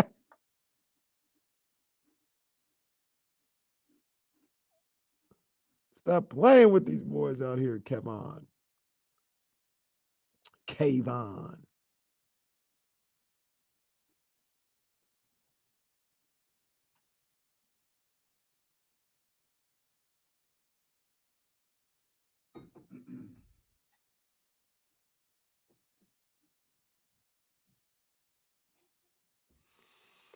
Uh-oh, there are Trey Lance rumors, huh? I don't know what. I don't know what's going on here. There were other rumors out there too. I don't even think they're rumors. I just think they're flat out reports. What the hell's going on? They weren't 49ers. I'll tell you about it later. It's in the rundown. We'll have a few minutes to kill after Trysta. Oh my. That boy Myles Garrett. Goodness gracious.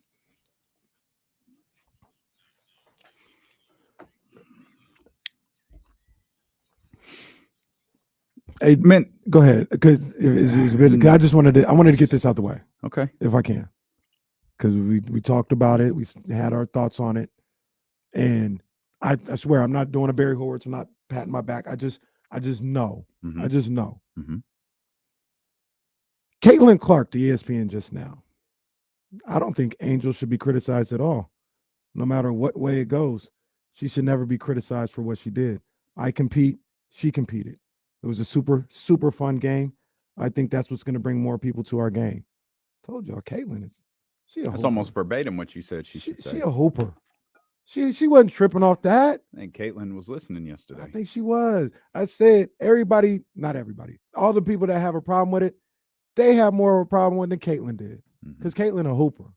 I bet Caitlin was probably outside talking trash, playing basketball somewhere. Sure she ain't tripping off that, man. That's a hooper right there, man. That's one of the reasons why I like Caitlin. She a real hooper.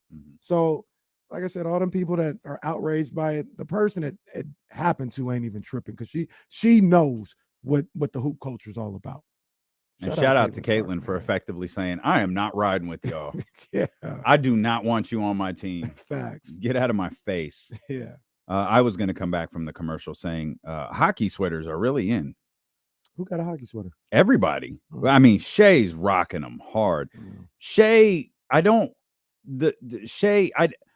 all for being different and dressing different and having your own style.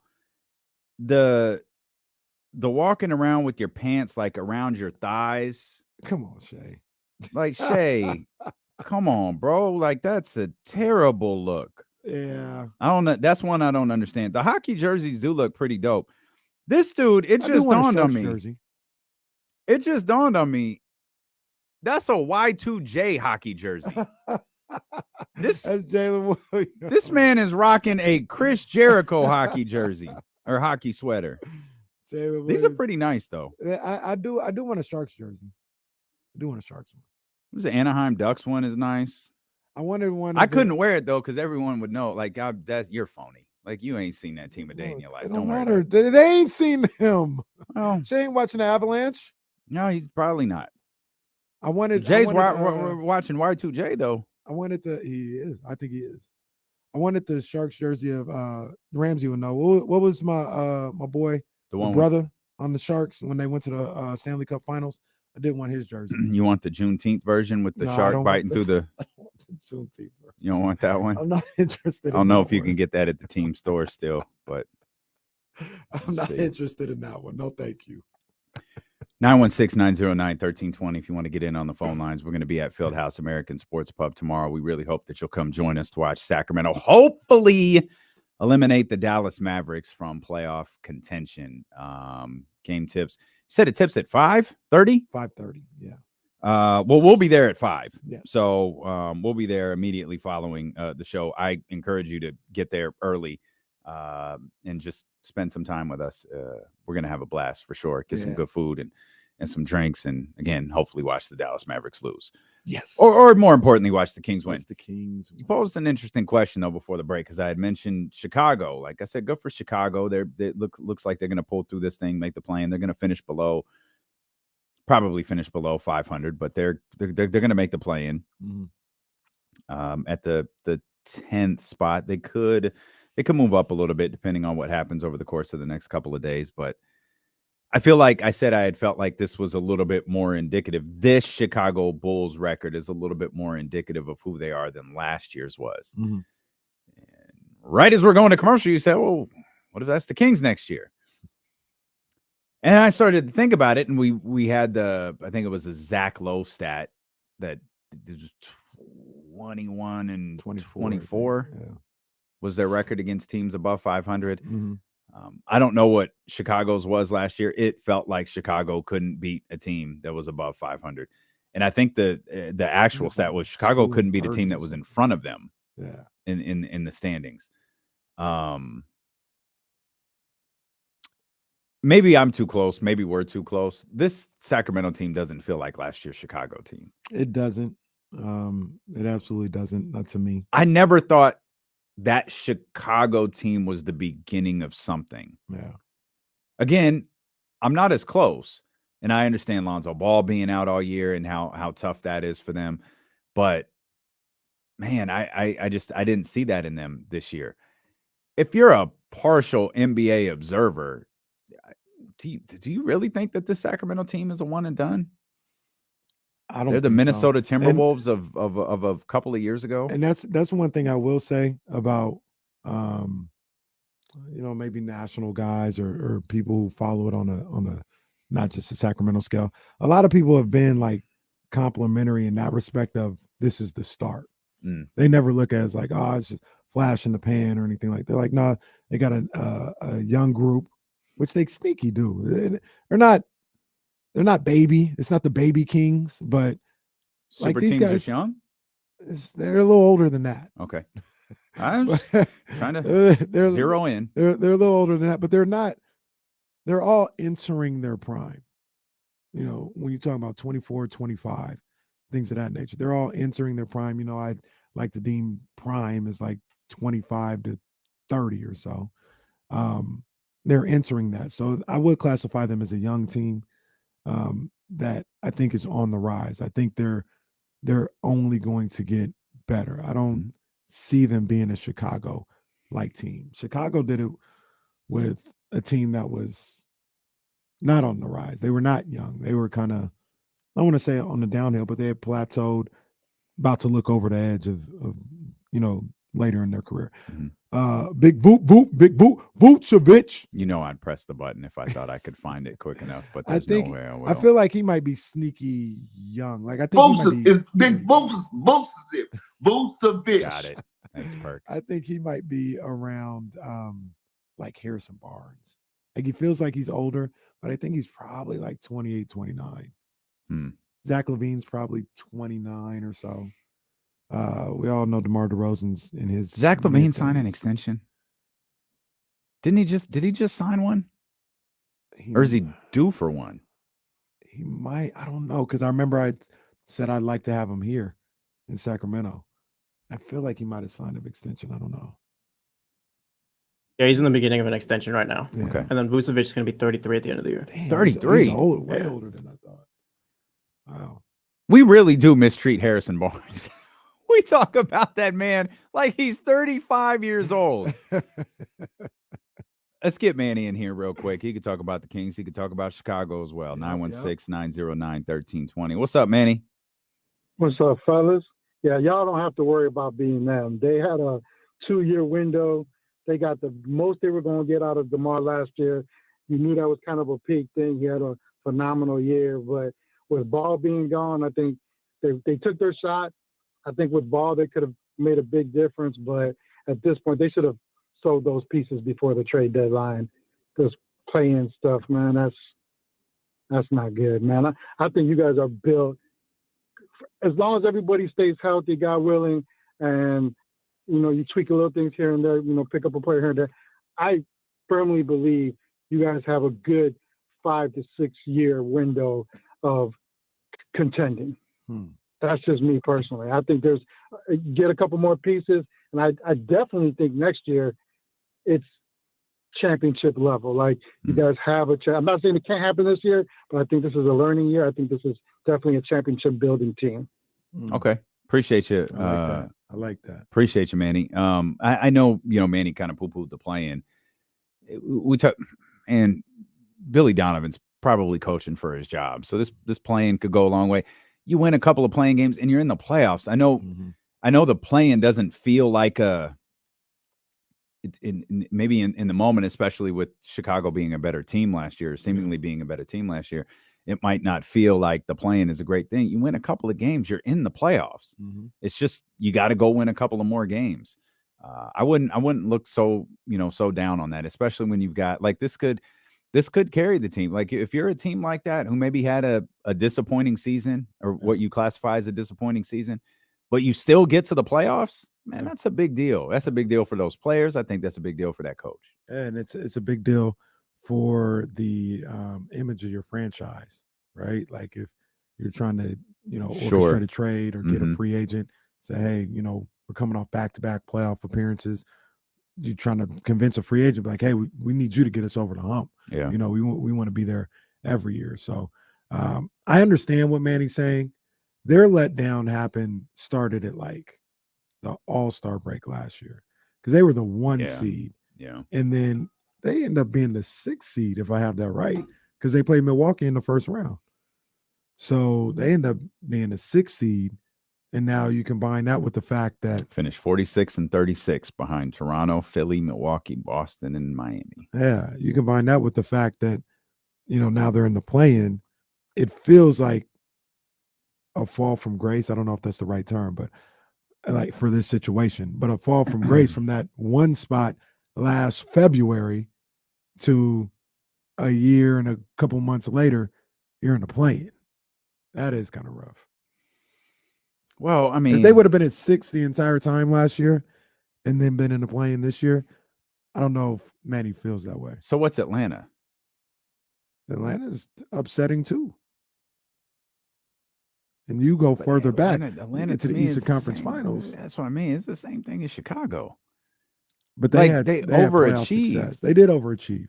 Atlanta was close to like what I said with Dallas last year. There you go. Yeah. But which at the time I thought was out of pocket, but was actually completely fair. Yeah.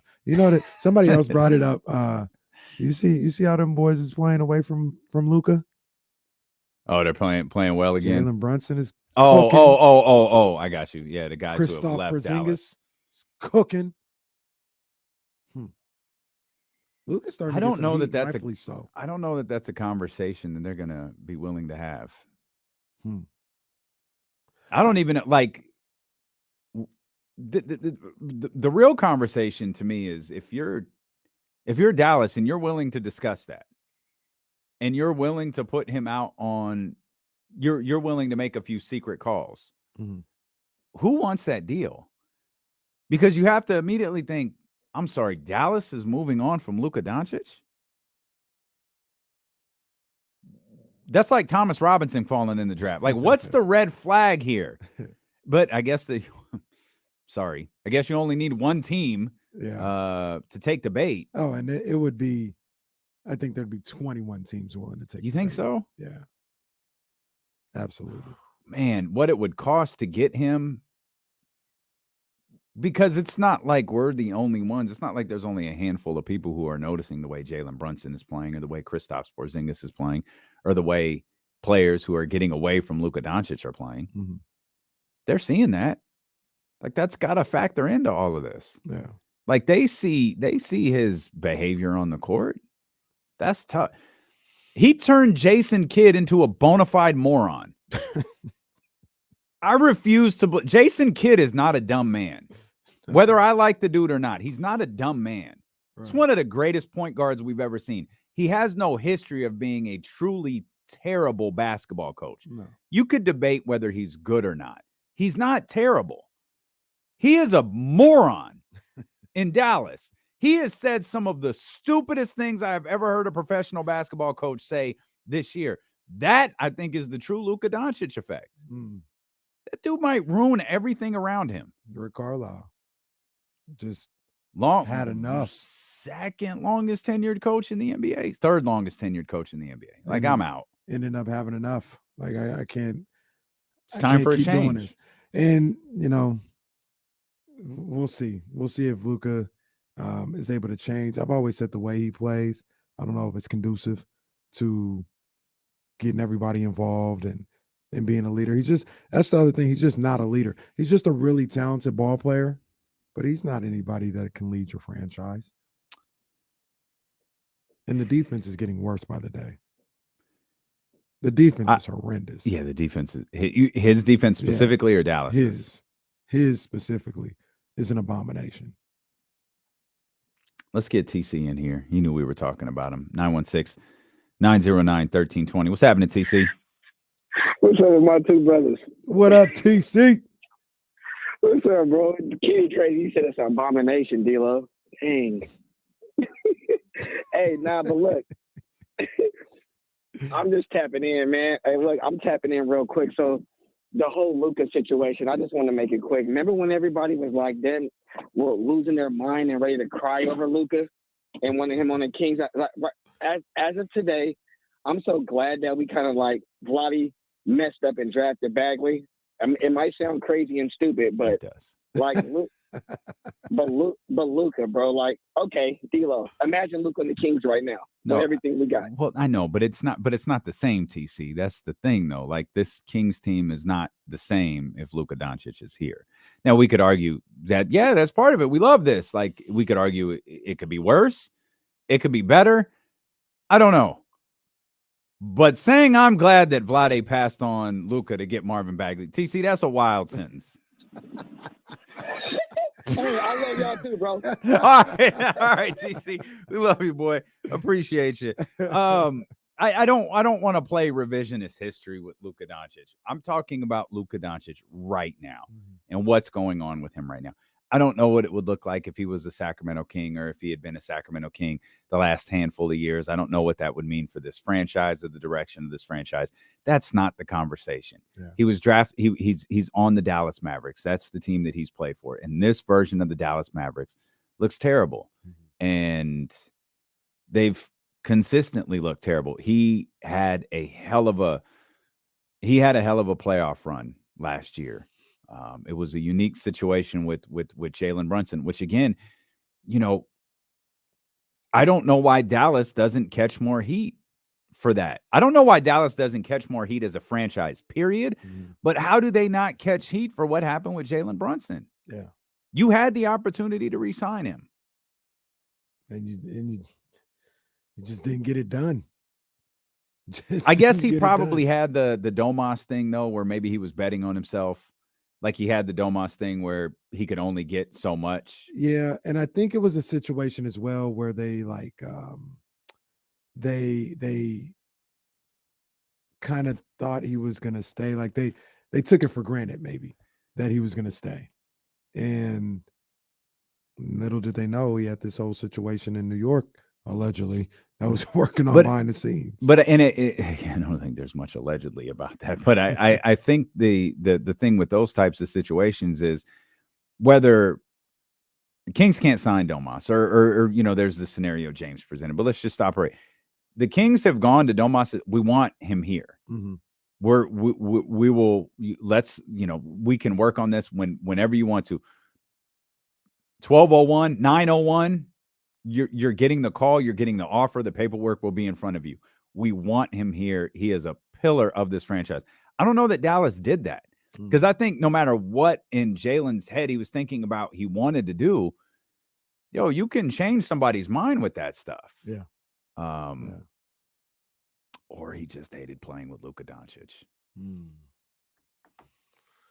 Could be that too. Could be that too. 916-909-1320. Man, the All-Stars are out today. Stanley, what's happening, baby? Hey, listen, I finally saw Kenny Callaway on Channel 13 the other night. Yeah. I didn't know that he was, I didn't know you were, you know, a top-notch baller. I didn't know that.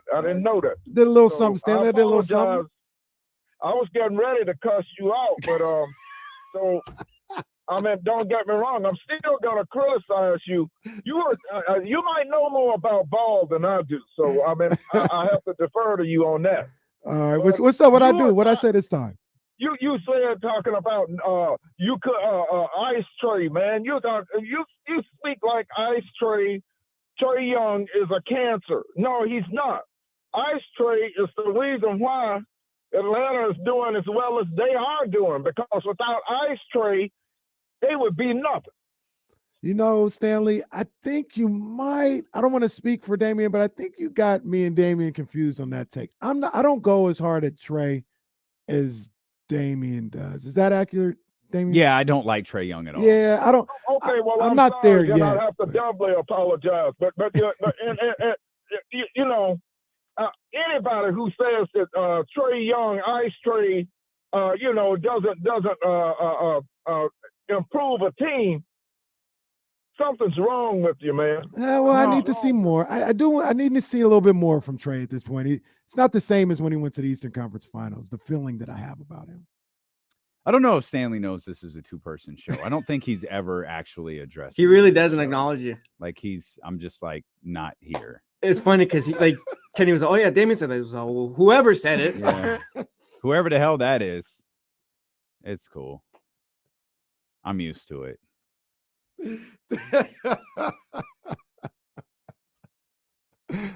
I'll be standing in the bathroom watching the game tomorrow at the Fieldhouse American Sports Pub while, Kenny's at the front table in front of the big screen. Not true. I got Ramsey telling me, Ramsey, what's going on in the game right now? There's people who get in the booth and there's people who get the chair outside the booth, bro. That's us. That's it. They ain't moving that velvet rope for me. Now, DeJounte Murray, that's one that I'm not a big fan of. I'll say this about Trey. I know Trey is a really good ball player, but I can't ignore the things that like Nate McMillan. Really? Nate McMillan? Like that dude turned things around. Wait, Lloyd Pierce too? I mean, he's a great ball player. I'm looking at the entire situation a little side-eyed though. Yeah, he's got to make this work. This has to work at this point. Else, it's absolutely going to be spotlight directly on him for the failure if Atlanta has failures, but the failures of Atlanta. I want to see them get in the playoffs, man. I'm not a big DeJounte Murray fan, but is that I'd a rather team? see them in there instead of Miami. Sorry, Leezy. Well, I don't think you're going to get that. Like I think you're getting them both. But maybe Toronto. They're going to play Milwaukee or Boston, though. Yeah, that's even if they win in the play-in, they're going to play Milwaukee or Boston. Yeah, that's fine. I actually wouldn't mind seeing them against Boston because I feel like that, the crowd would get involved. That might bring the best out of Trey. He might perform. Good theater. That's an easy sweep right there. No, I'm not disputing that. Do you want to change the name of the show to the Kenny Caraway Show? No, I don't. I mean, I'll still be here. I'll just, my name won't be on it. Oh, there's 2 people that are there. I'll just go. Well, yeah, I'll just go sit in that room with Jesse, and when I chime in, you could just bring up the computer screen so me and Jesse could sit in there. No, it's D-Lo and KC, man. Not to Stanley. Man, I don't know if Stanley heard. I saw his boy Danny Fortson the other day. Oh, I hope he heard that. Yeah, I hope he heard that. I saw Danny Fortson out there. He was being a bruiser. Trying to push Scott Pollard around. Scott Pollard. A disappointment. What a massive disappointment. I mentioned the collective bargaining agreement. There was a couple other things worth talking about. Trysta Krick's going to join us at the top of the 2:00 hour. We won't. I don't know how much of the collective bargaining agreement is truly exciting talk, especially when you're talking to someone as fun as Trysta. But she did do a really good podcast on it. Yeah, I want to hear it. With our guy Keith. I want to hear what she has to say about it because the first I heard or saw was Draymond and people, basically Warrior fans, kind of backing him up. Like, yeah, this is so unfair. This is so wrong. It's like, damn. They were talking about CJ McCollum, like. CJ, he did a DeMaurice Smith, like he was terrible. Oh, and then I would do more research on it and hear more. And the more I heard, I was like, this is actually a really good deal. Everything makes sense for both sides. Like it's great. Like it's a pretty good deal for everybody involved. The revenue splits like 50-50. I think it's 51 for the players. Is it? Mm-hmm. And the basketball revenue, which is what get split, is going up. Mm-hmm. I don't know what to this. Maybe the podcast hasn't come out. Maybe I haven't refreshed my podcast. I don't know what Draymond's worked up about. But there are some really interesting little nuggets here in this collective bargaining agreement. We'll run over a couple of them. And then Trysta Krick will join us at the top of the 2:00 hour when we return here on the Kenny Caraway Show, presented by Sky River Casino on ESPN 1320. What the hell were they eating out there? And it almost doesn't matter. I want to go see, but they can't get nothing to drink. I think it's like bread and stuff. They always have bread. I like bread, though.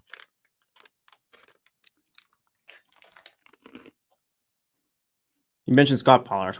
He and Ray Allen were the 2 Celtics who didn't get invited to those dinners. Damn. He was on those teams? I didn't know until he brought it up. remember one time he tweeted, like, how did I not get an invite? Remember all those times I used to get in between you and Doc Rondo?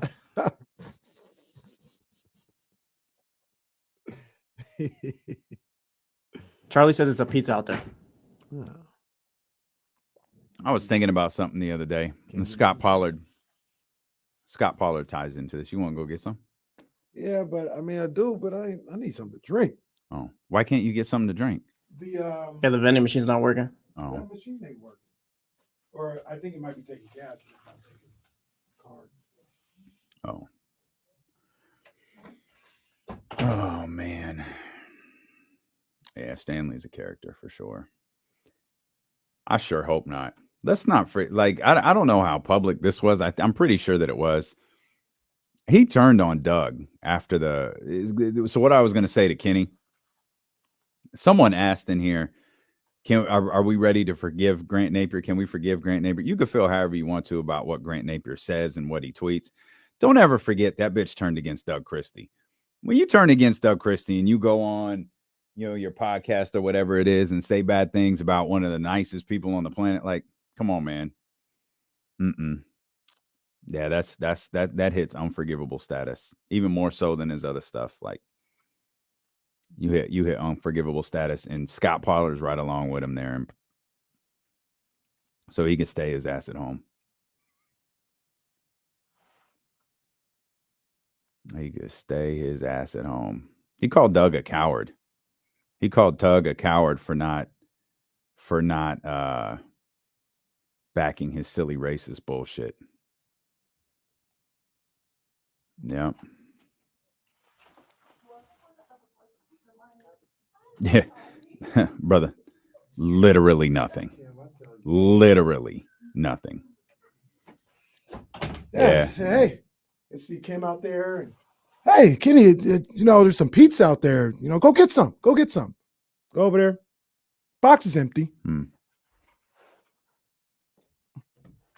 Well, that's why I had you go out there first. I don't want to go out there.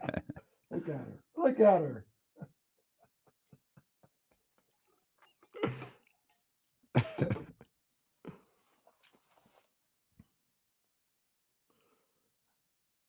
I wonder if I got that. I hope I don't. The baseball pass. I wasn't going to get it this year, but I don't know if they did. I got to check and see if they did that reoccurring payment. I need to stop it if they didn't, because I don't want it this year. You better watch out for the charge you for the full year. For what? For baseball? Yeah. Oh, you probably played that a month ago and just didn't know it. They're like, we're going to look out for it. We are going to charge this before they realize they don't want it. The key is, though, I got a new debit card. So I don't think it's good thinking. They didn't go through my bank account, so I'm sure they were just doing. I didn't do it on purpose. My card, something happened to it. It got hacked. This was a few months ago. Oh, it was that stupid PlayStation Network. That's what got me. What is that? The PlayStation online thing. Somebody hacked into there and was trying to charge a bunch of game passes to my card. That's what messed everything up. I finally realized what shoes you were talking about yesterday in the parking lot. I'm like, what is she talking about? It's like, oh, it's like the first ones. Yeah. Trysta Tuesday is about to jump off here at the top of the 2:00 hour. Trysta Krick will be with us. He just dropped a really good podcast with our man Keith Smith, discussing the new collective bargaining agreement. I know we discussed some of this, some of the high points with James Ham yesterday, particularly some of the stuff that had to do or could potentially have to do with the Sacramento Kings, including the increase for players from 120% of their contract to 140% of their contract. It raises the amount that the Sacramento Kings can offer Domantas Sabonis from 4 years, $111 million to 4 years, $121 million. That's probably not enough to get it done, as we acknowledged yesterday, but it is out there. We talked about the 65-game minimum for postseason awards. All NBA will now just be the top 15 players in the league. It won't be broken down by position. A couple of other things, though, that I found really interesting. Players can now endorse sports betting companies, which is something they weren't able to do before. Oof. Now there's really strong language to that. about exactly what types of things they can endorse. It's almost like a very generic endorsement where you can't actually talk about gambling, but you can be associated with the sports betting site. And they can endorse cannabis companies. And that's really interesting for a variety of reasons. We can't endorse cannabis companies. There's so many, like, we can't endorse, like, if Seven Leaves wanted to present D'Lo and Casey, like, they can't. If a CBD company wanted to do something with D'Lo and Casey, the amount of hoops that you have to jump through with the legal department is incredible. And the fact that the NBA has cleared the way for companies to, for players to work with cannabis companies is really interesting. I imagine they're putting a heavy burden on their lawyers and their agents and all of that stuff to figure out what exactly they can say and do in these endorsements. But I thought those were two things that really stuck out. I think testing for cannabis, I think that's gone. Yeah. I think that pretty much went out the door with the bubble. I was told in no uncertain terms that one of the main negotiating factors for doing the bubble, and it was there cannot be drug testing. There cannot be drug testing at all. What do you? I do want to ask you though. What do you think about that gambling situation? Because I don't deem it as necessary, and you could open up a can of worms with that. You don't think they should have allowed players to do that? I don't like. I think 99 of 100 guys will be on the up and up, and it won't be anything like what we're thinking about. But there's always the possibility for that one guy to go rogue and do like. I just don't. I didn't feel like, unless the Players Association was like really like, hey, we're missing out on a bunch of opportunities by not being able to endorse this. I don't know why it needed to be in there. So that's probably at least partially true. They probably are missing on a lot of opportunities to, like, because we're talking like FanDuel, we're talking BetQL, bet all of that stuff. Like, there probably are a lot of opportunities for some of these guys. But I understand your point. I don't know how you walk that line. It's almost like you're putting it out there, like you're opening yourself up for this, and it just might not be worth it. All right, that's the thing. It's not worth it. If those guys are passing up opportunities, hey, we'll work on getting you different opportunities. Well, and like you don't need that one. But yeah, some of these companies though are pretty big. Like these could be multi-million-dollar endorsement contracts. Like, that's tough to just be like, hey, FanDuel came to me. They wanted to offer me $10 million. I had to say no. But that's tough. But here's the other. Well, although a player wouldn't say that, like that would come from an agent. Who's getting that $10 million though? Like, no disrespect. Like, Davion Mitchell's not getting that $10 million. It would be Sabonis or Fox, who are already making $250 million. I got you, but who are we to say they can't make 10 million more? No, we're not. Which also comes to another thing. Like this is my hope with Sabonis. You know, like, and this is just the hope. I'm not in these situations. If I had an opportunity to make $220 million, but if I signed a contract right now, I'd make $190 million. I'm from a different place right now. So I'm like, if I'm happy, like, what's $30 million?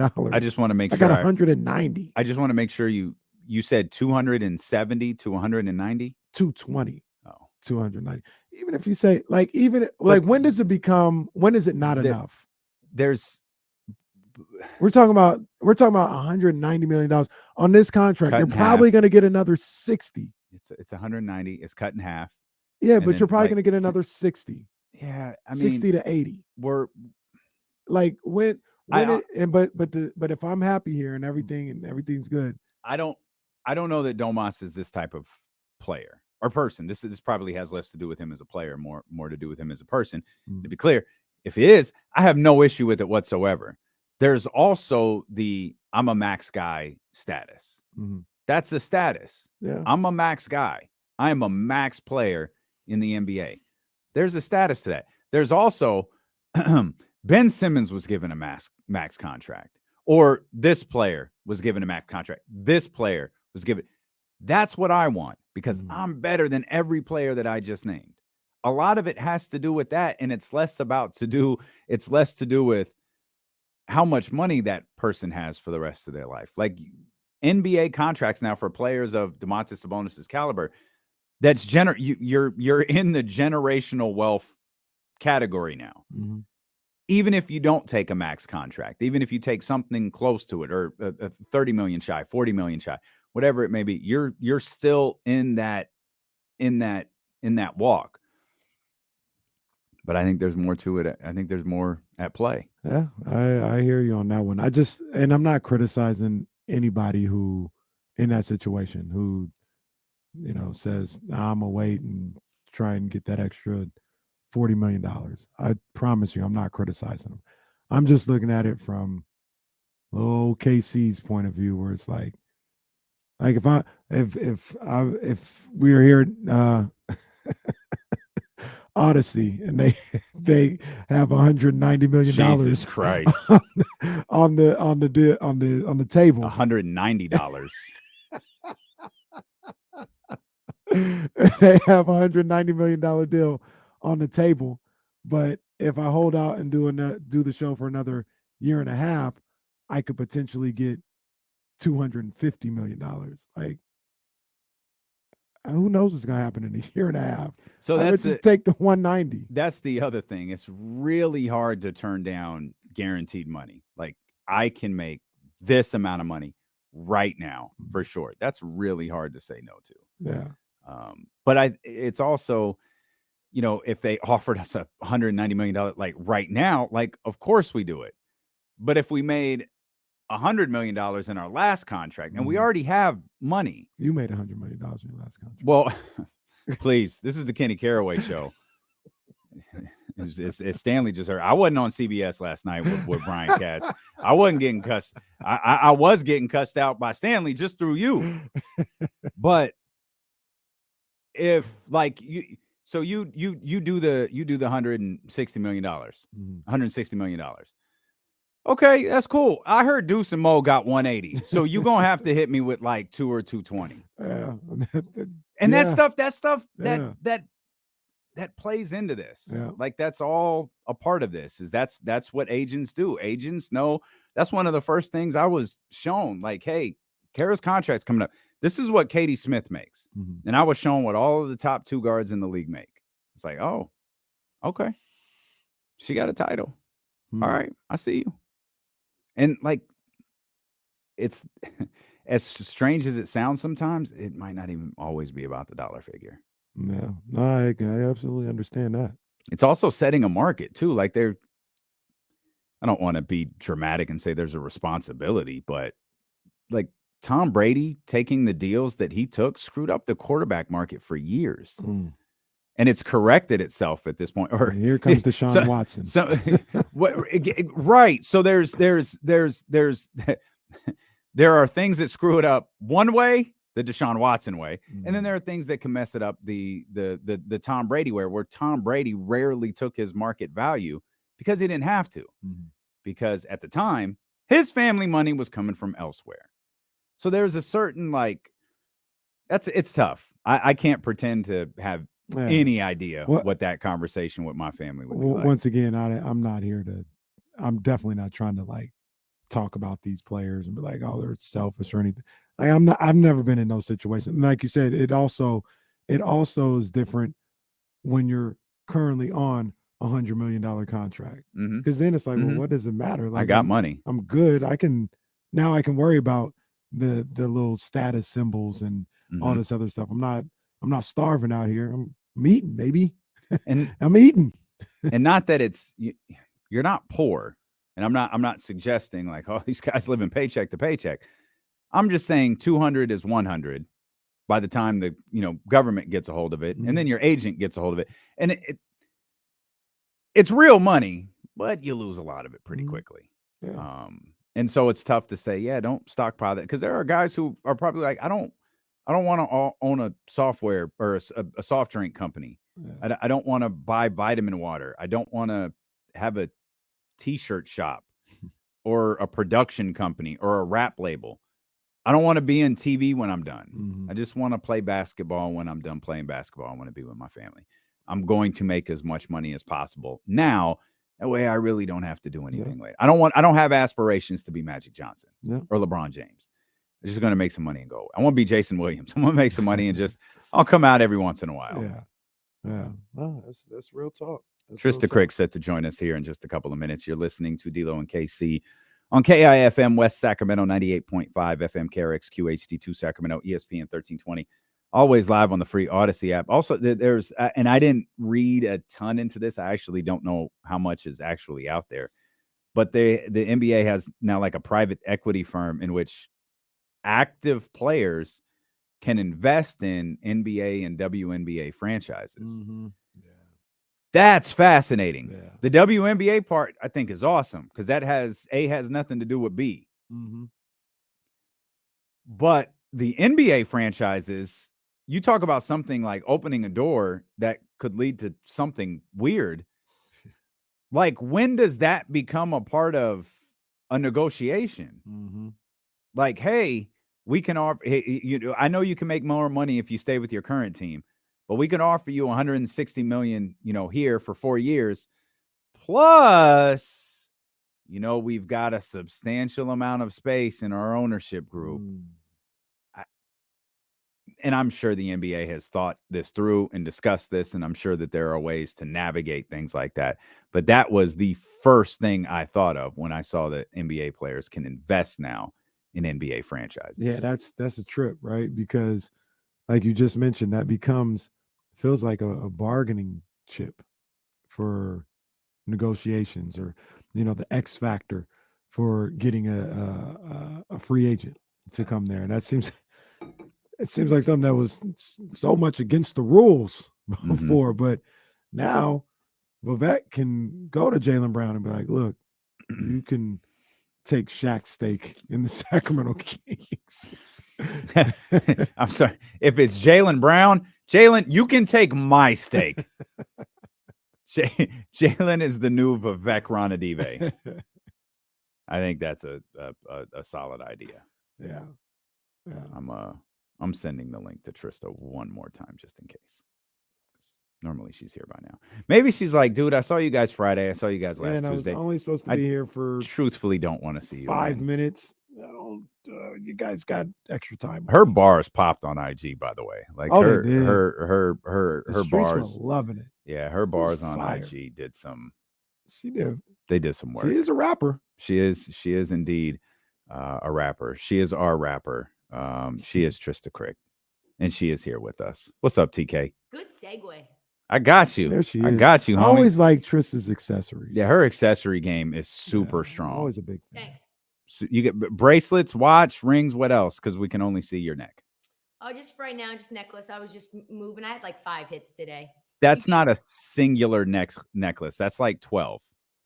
This is like a choker. Shout so I have a kind of a small neck. So it's supposed to go like this. And then this is like one together. So it's like just 2, but it kind of looks more layered. Oh, it's layered. There's a lot. Sometimes I put a little thing on this, like a charm. It's like the accessory. I know you don't have a necklace that's got your own name on it. She must have gotten that back from a man. Yeah, somebody else. That's somebody else, man. Somebody else has that one. Yeah.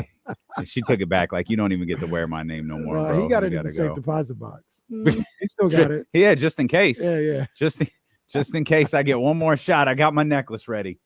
We welcome it. We were talking about the CBA, and you did a really, really good podcast with our guy Keith Smith about some of the finer nuances of the new collective bargaining agreement. Before we get into the fun stuff with the playoffs and the games and all that stuff tonight, anything really stand out to you about this new CBA? I think the sports betting component is interesting because I don't know how you regulate it. So for anyone who hasn't gone through or combed through the CBA or hasn't listened to the episode yet, players are going to be able to now have endorsement deals with sports betting companies. And we're not really sure what that means. Keith, who has been working for Spot Track for many years and has been kind of involved in the number side of the game for, like as long as I can remember, Keith's been doing it. And I asked him, what does that mean? And he's just like, I don't really know. So it's going to get very murky, I think, or it could get murky potentially. Obviously, I don't think you're going to get players giving out their own props or anything, or game lines for something that I didn't know until like maybe last summer, but NBA personnel can bet on sports. They just can't bet on the NBA. They can actually bet on college basketball. So if you're a scout for the OKC Thunder, you can say, well, I've watched Sanogo and I can bet on Sanogo. And that's okay. That's totally fine. So maybe you got NBA players that do something collectively with sports books like BetMGM. Here's something else that I thought was really interesting.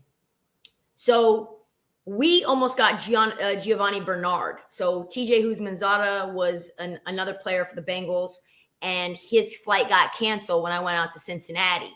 And they said, well, we think Gio Bernard's going to retire. So we're going to invite him, and he's maybe going to drop the news that he's going to retire. Spoiler alert, Gio Bernard is not retiring. And if he was to step foot inside of a sports book, even just to talk, immediately NFL flag, you are suspended for a full year, no ifs, ands, or buts. So now I think there'll be situations where they can do that. You know, players will be able to go to these events and promote the book as like an ambassador.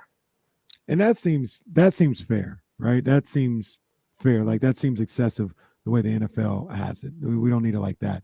But as far as like allowing them to partner with betting companies and things of that nature, I just felt like I don't really believe anything's going to happen, but I felt like it was unnecessary.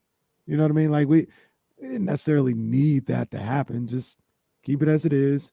Don't be as strict and crazy as the NFL, but I don't think they need to be partnering with a gambling company. What if, say, Paul George wanted DraftKings to sponsor his podcast? That would be like a deal with a sports betting company. Yeah. And that right now I think is not able to happen. There's a lot. I think the thing that we forget is there's a reason that the new deal, the new amount of money rights deal that's coming in to the NBA is going to be so much. It's going to be possibly $75 billion with a B over the course of whatever the term of the agreement is. What is the number one reason for that? This is the whole point that I had a problem with Kyrie saying, we don't care about your parlay. Sports betting is ruining the NBA. What we know is that ratings are going down in the NBA. We know that because of how people view and consume the league, right? You consume it in a bunch of different forms and fashion. It splits the pie in half. People are migrating away from cable, right? And so now cable companies are not paying TNT, ESPN. You know this, Damien. It's like just math. But like they used to pay $8 per subscriber to ESPN or $12 per subscriber. Now I think it's like something crazy like $3 per subscriber. And so you've got less subscribers and then you've got less guap for each individual subscriber. What does that mean? That means less money for ESPN to spend on broadcasting NBA, NFL, MLB, soccer, whatever. They've got to figure out that pie. So why is the pie going up? The pie is going up very simply because of sports betting. What, you think I just I'm the sports betting analyst for BetMGM for my health? I enjoy it, but that's where the money is, folks, and a lot of it. Pat McAfee got $150 million, and he might leave FanDuel and go somewhere else for more.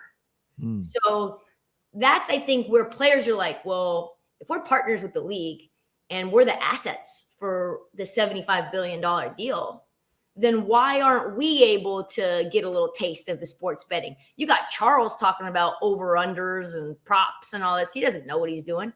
Why can't we be involved in getting a little slice of that pie? So I get it, but I am curious about how they're going to regulate it. Man, if Pat McAfee got 150, what do you think Trysta Krick gets on the market? Lord, not bad. A lot less than that, but that's where my eyes are. Balmer money. She getting that Balmer money. You can check out the latest episode of Podcast P available wherever you get. You laugh. That's what it's called. Podcast P. Podcast P. That's what it's called. Podcast P with Paul George, wherever you get. I like Paul George, man. Well, so do I. So do I. And we'll use that as the segue. The 5, 6, 7, 8. It is messy in the Western Conference. Who do you think secures playoff spots? So I think who has the best shot of getting, because they have more games left to go and they've got 2 games against Utah, is the Lakers. You would think that those would be easy games, but Minnesota just lost to Portland. We've seen some weird things over the last few days that we don't have to revisit, but we've seen them. And you never really know what the motivation is for the spoiler team. Mm-hmm. Who knows? Maybe they just want to ruin your day, like maybe that's what it is. So I think you could say academically the Lakers, but a part of me thinks it's going to be the Clippers. Now you've got a bunch of tiebreakers. So I personally think, though, what's going to happen is that they're all going to end up with 43 wins. Lakers, Clippers, and Warriors, which puts the Warriors at the 7th seed, which makes them a play-in team. And what I would hope for us is that the Kings get the Clippers without Podcast P, and then we send the Lakers over to the Phoenix series, which I think would be incredible. I think the best series is for me, my personal ratings, and just like I think the best for basketball, 1-8 Denver Pelicans with a Zion return. Caveat is on the Zion return. 2-7 Grizzlies Warriors. Man, that's a bloodbath. Yeah. And a knockdown, drag out, pull your hair out fight. Yeah. 3-6 Clippers Kings. 4-5 Phoenix Lakers. That's what I want to see. The West would be popping. Yeah. So there is a scenario, I think, where the Lakers move to 5th tomorrow night. Yes. They can eliminate Utah tonight, and they beat the Clippers tomorrow. They beat the Clippers tomorrow. They're in 5. Which flies in the face of Brian Windhurst, who said the mark is 6. So don't be surprised if the Lakers start tanking to make sure they get to 6 and play the Kings. Yeah, I've heard that multiple times today, that quote, Brian Windhorst. Me and Brian usually agree on a lot. He lives in Iowa. He's not watching. I bugged out when I found that out. He's not able to watch like Missouri or something like that. It's Iowa. Yeah, he's not able to consume like 4 or 5 league pass teams. So he's not going to legally stream. I don't know why, but he says he won't. So he can't get even on league pass. He's blacked out, and he can't watch like the Oklahoma City Thunder. He can't watch the Nuggets. He can't watch. I mean, there's a bunch of games, so we can't really blame him, but we can for sleeping on the Kings. Do you know what I'm saying? Like, he's in Iowa. No, he gets the blame for this. Okay. Because he said the exact same thing that he said regarding the Lakers about the Warriors. Like verbatim. He said, Warriors are trying to get to 6. That's the mark. Get to 6. Take on the Kings. He said the same thing about the Lakers. It's like he believes that everybody wants to play the Kings. But I'll say this. That thought isn't out of like I don't think that's something that isn't common around the league. I think they want to get to 6 to avoid the play-in, not to play the Kings. I agree with that 100%. But I think if you went around the Western Conference and asked who would you want to play, I think the Kings will come up first a lot of the times. Yeah. And I understand it. I think everybody that says that is in for a rude awakening. You know what I mean? Like I think the Kings got something for all these boys when it comes down to it. But the rationale, I understand it. I get it. It's just that Windhorst, his argument was great. Like they don't want to get to 6 to play the Kings, like you mentioned. They want to get to 6 so they don't have to be in the play-in. So they're automatically in the playoffs. If I'm the Clippers, I'd rather play. I know this sounds crazy, but I would rather play a Suns team that I know for a fact I can strap Devin and KD and make Chris Paul's old broke ass, no shade to Chris Paul, and no, why would that be shade? Old broke ass, there's no shade there at all. And Ish Wainwright or Landry Shamet or whoever the other fifth player that you have standing in the corner just waiting for the ball, and maybe it comes, maybe it doesn't, because the Phoenix Suns offensively are not as deadly to me. There's two guys. I mean, DeAndre Ayton obviously is a legit scorer, but you can ice him out. I think Zubac can body DeAndre Ayton and get 15 boards on his head, putbacks. I love DA. He's one of my favorite centers in the league. He's just not that aggressive, and you can take him out offensively. So now what do you get? You get 30 from KD, 37 from Devin Booker. You're sitting there with 67 points. Maybe you get 10 from Chris Paul if you're lucky. That's 77. Oh boy, where are the other 50 points coming from? Yeah. Now you got so offensively, you don't have to keep up nearly as much without your guy in Paul George. Kings putting up 135. How you getting to that without Podcast P? Well, you're probably getting those numbers become for the Clippers. Just talking about Phoenix, because with Phoenix, those numbers quickly become 47 and 40 for Devin Booker and Kevin Durant. For sure. And likely, probably. I mean, it probably some good points for DeAndre Ayton as well. Yeah, he probably have 20. Yeah, he'll get like 8 in the first quarter, and you won't see him again. Yeah. And maybe you think he's not aggressive, or he can't be aggressive? I think I think the way that you can play DeAndre Ayton with KD and Devin Booker, they're just not feeding him early enough. I think you have to feed him really, really early and let him kick out. I don't know if Monty we know is not the best at in-game adjustments. That's just not what he does really well. And that's no slight to Monty as a coach. He's good X's and O's coach, but he's not somebody who's like, I need to, let's be honest. If there's any player he is not thinking about feeding, it is DeAndre Ayton. Yeah. So, although I think that is a mistake. So if I'm the Clippers, I would rather try to get 118 than 135. Yeah, that makes sense. I think all these teams in the West, they have pros and cons. Mm-hmm. And when you match up you take any matchup, 1 through 8, 9, or 10, and you match them up with another team in the top 10, you can make an argument for each team. And that's what's going to make this so compelling. Like, take the Kings, for instance. I'm confident in the Kings. I feel good about what they can do.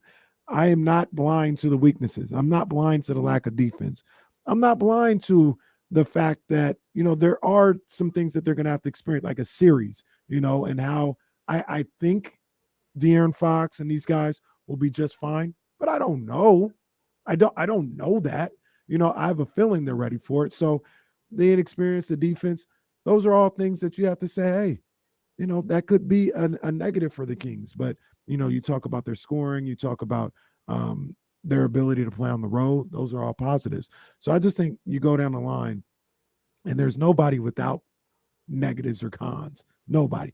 Everybody got, a couple of warts on their skin, so to speak. Yeah, I am very not scared, intrigued, and a little worried about the concept of a Lakers series now that they've made those moves and Anthony Davis is looking so much more available and healthy. And that matchup between AD and Domas is just what I keep thinking about in my nightmares. Now, the hatred, the fanfare. I was there for the Lakers game. Yeah. I kind of want it, because wow, sending LeBron James home would be incredible. Golden One Center would be. Oh my God. What do you guys want? I don't care. You don't care at all? No, because the Warriors. I don't think I want the Warriors. The Warriors is terrifying because Steph Curry is still on that team. I do believe. I do. That's a champion. I still think that's a championship caliber team. The Warriors could absolutely be in the NBA Finals this year. That's not even a remote stretch for me. I don't want all of the stuff that comes with it with 95.7 and our company. I don't want to deal with that. I got enough to do. I don't want to do all of, like, we got this email the other day and it took everything I had to not cuss everyone out. Like, y'all got What did the email say? What did the email say? It's just this proposal for all of these different things if the series happens. And it's like, bro, there are 4 people here. You've got 30. There's 4 of us. We can't do all of this. That's not how I responded. I was just like, yeah, unless this is making us money, no, we're not going to do that. That's a language that my boss can speak. Yeah. There's no money attached to this, so the answer is no. I just don't want to deal with all that because I don't mind being the bad guy. I'll be the bad guy to keep us from doing 10 hours of radio a day. The Lakers series, I would love that unless we lost. I don't want to deal with that. After 16 years, the Lakers did it again. Like, Kings lose to the Clippers, they lose to the Clippers. Lose to the Pelicans, they lose to the Pelicans. But they lose to the Lakers. It's after kind of all of these years. Two full circle. See, the Pelicans, see, that's where we differ. The Pelicans, the Timberwolves, the Thunder. You lose to any of those teams, that's a little like, the hell? We lost to these guys? I'm not saying the Lakers have any cachet, but one thing I will, because they do, but I'm just saying, I'm not saying that's the reason why. But you play the Lakers, you are on the prime time that's true. all prime time. Yeah, that's true. And you got an opportunity to show the country. That's true. You know, everything that's going on with the Sacramento Kings. I don't want the Warriors. Reggie Miller game. We get a Reggie Miller game for that one. I don't want the Warriors just because a lot of the things that he just talked about. Although I've come around to it as time going on, like it would be a lot of fun to have that Northern California thing. I don't know if I want that round one. I'd be okay with the Lakers, the Clippers before my man Playoff B comes back. That's intriguing. That's intriguing. I think you got an opportunity to make some things happen. And then also, I'd take the Pelicans and the Thunder too. You would take them like you think Kings can run them? Yeah, they could beat them. Pelicans and Thunder. Yeah, I see that. Yeah, I don't think either one of those two teams are getting to the top 6, though. Pelicans might. Well, I mean, tonight will go a long way in determining where. We handle business tonight. They won't. Tonight will go a long way in determining where the Pelicans go. Pelicans a half game back of 5. This 5, 6, 7, 8. This is going to be wild to watch for the next 4 days or whatever it is, 5 days. And Trysta's going to be here next week. Trysta's going to be here next Friday. Is that next Friday? Right? Yeah. Is it next Friday or is it the following Friday? It's next Friday. It's next Friday. It's next Friday. You're coming from. Yeah, you're right. It is next Friday. Yeah, no, it is. It is. That's right. I'm getting my days all wrong. I'm going to New York tomorrow till Sunday and then back. And then I'm doing this like it's like a little cocktail hour where Odyssey has got some brands there and they're interviewing me with the PD from the Fan. So I'm there for the day on Wednesday, spend the night, come back Thursday, do the show Thursday night, and then fly out to y'all Friday evening. I think I get in at 8. So you got the direct. Did you find the direct, right? I think I did get the direct. Yeah, yes. Out buddy. Of DC. DC? Out of IAD. So I got to get into Dulles. Yeah. Park the car. Bring Emma. She's going to come with. I got, what is it? I'm not going to say what, but I found a spot near the Golden One. And I almost just we don't need crowds of hundreds of people hanging out. Nobody's coming to see me. And I'm not important. I'm not that. The entire chatty house will be a Doko going, which one of these is she at? You didn't do an Airbnb again, did you? No, I didn't. I went on Marriott. I'm not dealing with that anymore. I just wanted to make sure. I don't think I'm an Airbnb guy. I'm just not. Here's the problem too with Airbnb is that these owners never want to give you cable. So you never get games. They don't have League Pass. You got to try to set it up. You got to figure out Apple this, that. Like I got to travel with my Apple TV. What are we doing? Yeah. What are we doing? Like I might do something like you Apple go to the TV's snow, like you stay in a cabin, like an Airbnb like that. But if I'm going to another city, just like to another city, put me in a hotel, man. It's better. And you get points. I'm like Titanium Elite. They give me a water. Wow, nice. They tell me I'm like a great, like, you know, as somebody who grew up poor, having bougie things really matters to me. Oh yeah, I get facts. You know, I Facts. get in first class and I'm like, you know, I don't think it's even like a luxury. I think everyone should have this. This is just humane. First class is just the only humane way to fly. I wouldn't know. That's one that I haven't. See, all the So you can get upgraded. They only really have first class. Oh no, they No, do. I'm talking about the ones that I fly. Oh. You know, my Southwest, my JetBlues. Spirit. JetBlue kind of does. I ain't get on Spirit. Although I've been tempted to. I need to get on Allegiant when I want to go to Vegas. It's a quick little flight. It's just really important to go cross country that way. Oh, cross country, it's got to be JetBlue at the least. It's important. I think I was able to upgrade to Arizona for the Super Bowl for like $100. And I was like, oh, I'm doing that. 1,000%. Oh yeah, 1,000% doing that. They offer it and they're like, hey, would you like? Yes. And you know, before you even take off, they're like, Miss Krick, would you like a drink? Yes, I would like a drink. I'll take a Coke Zero. Coke Zero. And they give it to you in like fine Oh china. yeah, yep. They give you the little warm towel, and I'm like, yeah.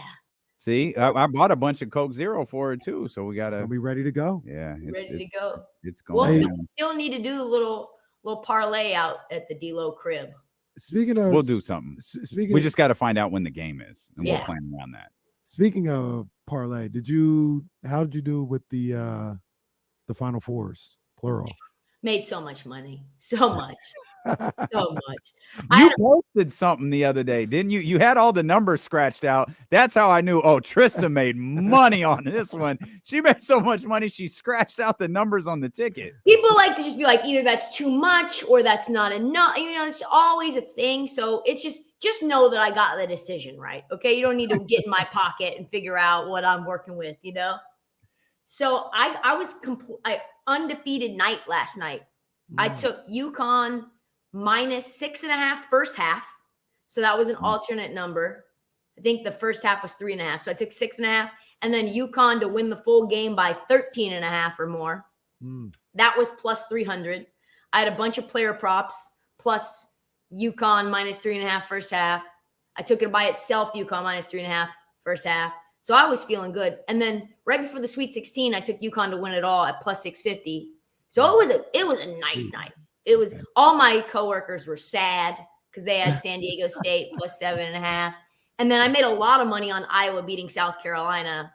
I got them plus 500 to beat South Carolina. Once I saw Don Staley have trouble with Maryland, it's like we gotta figure this out. We got action. Caitlin destroyed them. That really is incredible. Caitlin just destroyed a team that was like 36-0. Yeah. And you know what? I was talking to my friend about this, and I had the same. I thought maybe it was just me who had this opinion, and I was being dumb. And then he texted me the same thing, which is like, I just think Dawn Staley let her ego get in the way of game planning to swarm Caitlin. It was kind of like, we're not about to double team this little white girl. Let her do whatever she does. You know what I mean? Like it was almost a lack of it. To me, it just felt like an ego thing, because ultimately her putting up 41 on your head is what got you out the tournament. And yeah, if they would have made their free throws, they would have won that game. But there was so much more that they could have done. They could have blitzed her. They could have trapped her. They just barely showed it all. You saw how tough LSU played her. They were bodying her, which Kim Mulkey was like, I don't care. We're going to just try our very best to shut her down. And then obviously all the extracurriculars after were a win. Yeah. It was good. It was good. I mean, and on all the opinions and this and that. And at the end of the day, that exposed a lot of people. Really did. Oh my God. At the end of the day, the fact that all of Twitter was talking about Iowa versus LSU, aka women's hoops, to the point where it was like Skip versus Shannon and like Stephen A level discourse. I'm like, what world do we live in? This is incredible. Yeah. This is incredible. Debates about women's hoops. Flage's doing a a collab with Lil Wayne. What world are we living in? This is incredible. If you follow Lil Wayne's career, that checks out. Yeah. Lil Wayne's gonna got a find little him. Drake in him. He got a little Drake in him. Lil Wayne's gonna find him the hottest college basketball He got player a he little can Drake find. in him. He said we're gonna connect soon, musically. Real quick before you get out of here, if they, which they should, Iowa versus LSU next year in the preseason. I told Coach Katz yesterday it's going to be the highest rated college basketball game of the year, men or women. You guys want to go? Because it's going to be in Portland. No, I mean, quite obviously going to be there. Phil Knight Invitational, come for the day. No, I can't get away during Thanksgiving. It might be on a Friday or Saturday. I can. Yeah. You can? All right, let's go.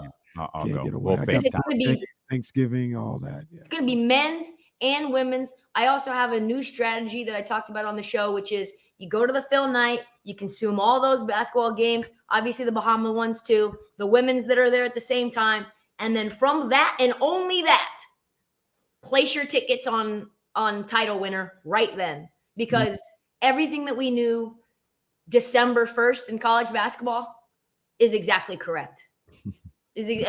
UConn, best team in the country. Alabama, frauds.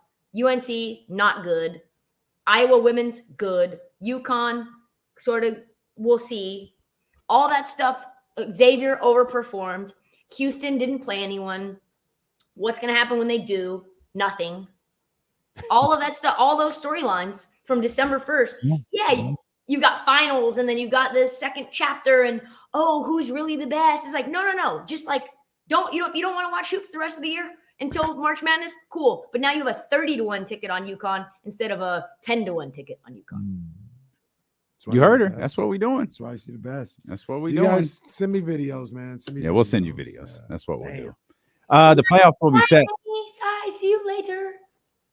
The playoffs will be set the next time we talk, man. So it'll be fun, and of course, you'll be days away from being back in Sacramento. Trista's covering the whole series. I think it's 4 games, so it'll be 10 days, 4 games. Hopefully, it's in LA, so I can go down and parlay a little bit too. Do the show. I'm gonna do BetMGM tonight from one of our Odyssey stations. Very good. Well, we appreciate you as always. Thanks for hanging out with us. Appreciate y'all. All right. Trysta Krick right there, host of the Heat Check podcast and BetMGM tonight. And what would you like me to do right now? All right. So if we break now, we got to take the next break at 58, I think. Okay, let's do that. We'll step out. We'll come back. No, we got Jay at 3:20. Yeah. We'll just do like a little segment from 3:02 to 3:13. Jay at 3:20. That's fine. That's the producer. You heard the man. We'll be back with more of D-Lo and KC, brought to you by Sky River Casino here on Sacramento Sports Leader ESPN 1320. Woo. Okay. No. We'll be fine. All right. You want a charger?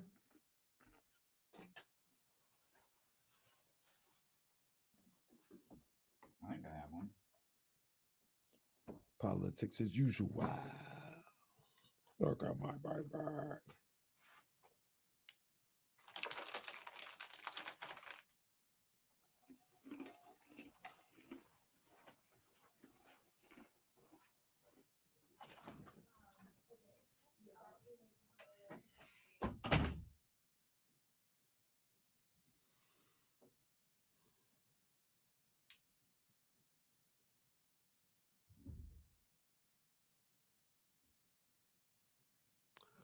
What's going on, y'all? No 13th round today.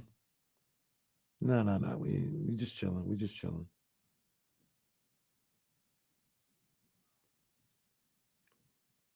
I'm starving though. I do know that.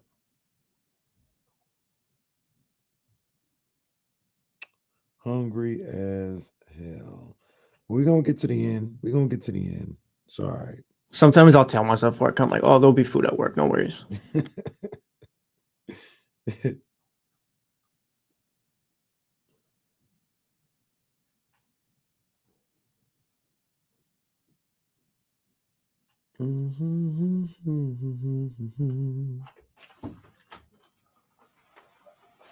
Shout out to my people over at Loyal Roots. Big ups to my guy.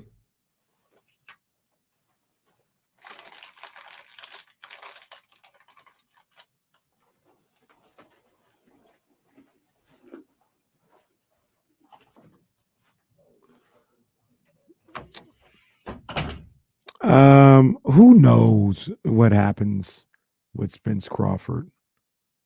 Who knows? That's not the biggest fight of the year, though, if it happens anymore. Yeah, I think Tank and I've always thought Tank and Ryan was bigger fight. Not a more important fight, but a bigger fight. Appreciate it, Michael. Thank you, man. Thoughts on the Giants so far? I don't think they can hit. Now, what they did yesterday was phenomenal, but I think that's the exception, not the rule. I think they might be around 500 or so. The Red Sox this year are going to be that team that scores 9 but gives up 10. Yeah, they ain't got no pitching now. Yeah. You know what, Alex? We'll talk about that. I'll ask Damien if he saw that video. That was kind of crazy to see.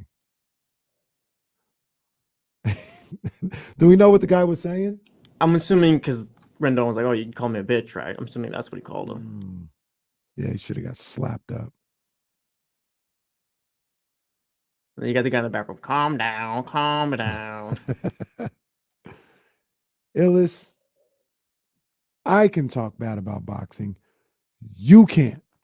The other thing about it is there's actually, like, the best don't always fight the best. There's actually a lot of good fights that do happen. This year alone, there's a lot of good fights that are supposed to be popping off. Actually, a lot of good fights. Let's say we get Crawford Spence in June or whatever, and then we do end up getting Canelo and Benavidez in like September. This is the biggest year in boxing since when? Since I can remember. I mean, you're going to get Inoue and Fulton. There's another one I'm forgetting. That's a pretty big fight. Loma Haney's still pretty big. Loma Haney's crazy. Yeah, man. And then who knows what Ryan or Tank do in the fall. Yeah, boxing go up this year. It really can go up.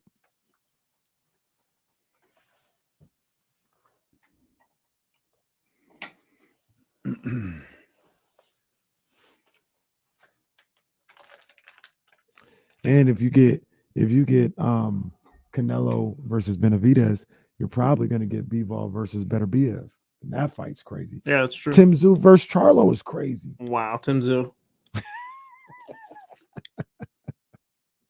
That would be a good fight, though. Tim Tszyu versus Charlo. Tim Tszyu, Charlo, crazy. Shakur going to be lurking around. He fights on Saturday, but he's going to be lurking around for somebody in the fall. He's going to have a crazy fight. Oh, man, Michigan Wolverines be at all the fights, man. I see you. Where's that one going to be at? Anybody know? I think it's Vegas. I'm pretty sure it's Vegas. I feel like LA should be like a bigger spot for fights. It should. It was at one point. I mean, they do StubHub. Well, it's not StubHub anymore, but they do Carson. Is that the soccer joint?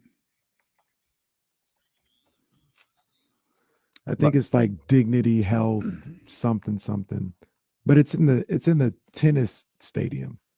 Is where all the fights happen.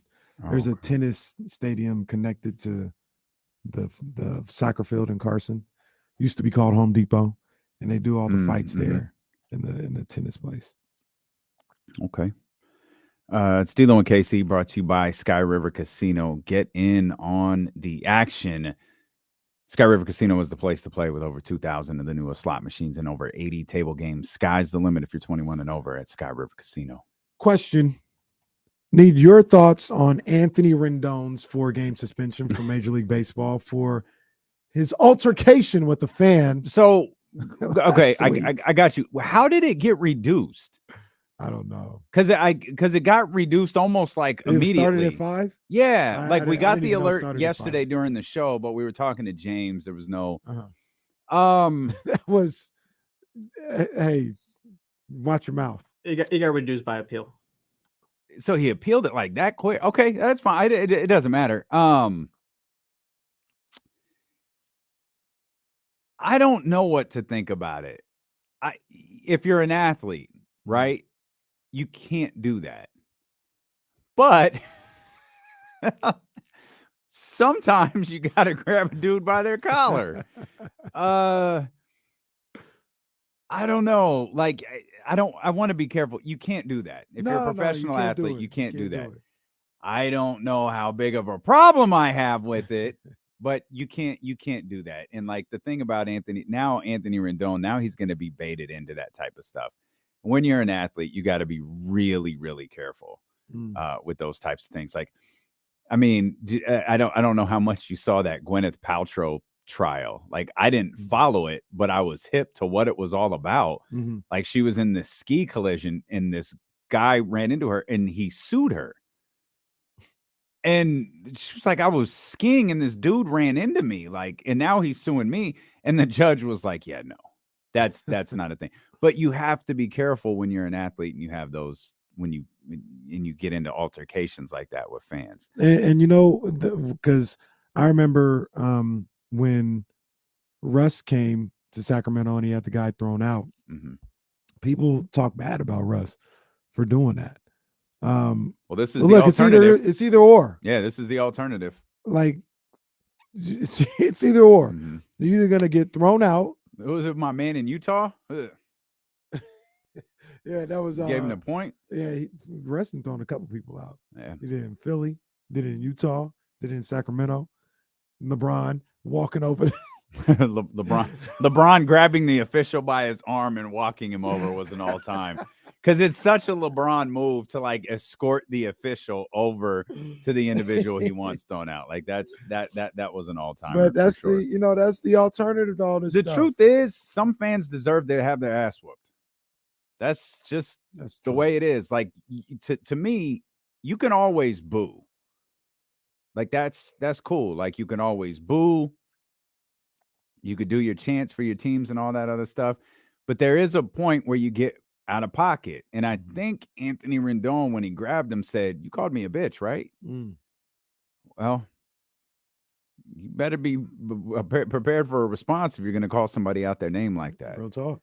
But again, I get it. But if you're an athlete, you can't do that. Like you're opening yourself up to a lot of issues that could be significantly worse than a 4-game suspension. Yeah. Absolutely. But yeah, I saw that. I meant to ask you about that when it happened. And it was, I think we were just involved in the Kings conversation. The Kings I know exactly when it happened. Yeah. And I saw the video. I was like, oh, well, you don't see that very often, but I get it. Man, and he must have been that pissed. Man by the shirt and then gave him a little swipe. He must have been furious because he did not forget where that dude was or like where he was sitting. Like he had his eyes locked in on that dude. So the funny thing about that is I watched the video. I wonder how that happened. I think I'm looking at this video right now. They're actually talking to the guy. I think he's being interviewed. Yeah. This is from the news. This is from Fox 2 News in the Bay Area. Oh no, he's just a witness. This guy that's on TV. But like the guy, I don't know what happened. Like maybe Rendon suckered him into it. Like the time I almost got kidnapped at Florin Mall. He's like, hey, come here, man. I want to talk to you. Because the guy walks down to go talk to Rendon. And Rendon grabs him by the collar. What'd you say about me?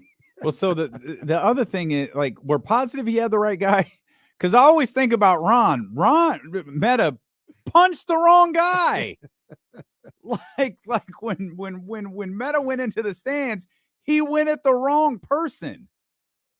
Yeah, those are things that if you're going to confront a fan, please be 100% sure you're confronting the right one. Yeah. That poor fan. So he's trying to like back away, but he's not moving at all. Said, Rendon's oh got him, like, my God. Well, again, I hope it was the right one. But yeah, some fans are out of pocket, so that's kind of the people in the chat. They ain't realize. Yeah, I almost got kidnapped at Florin Mall when I was you like told 7 the story or 8 years before. old. Yeah.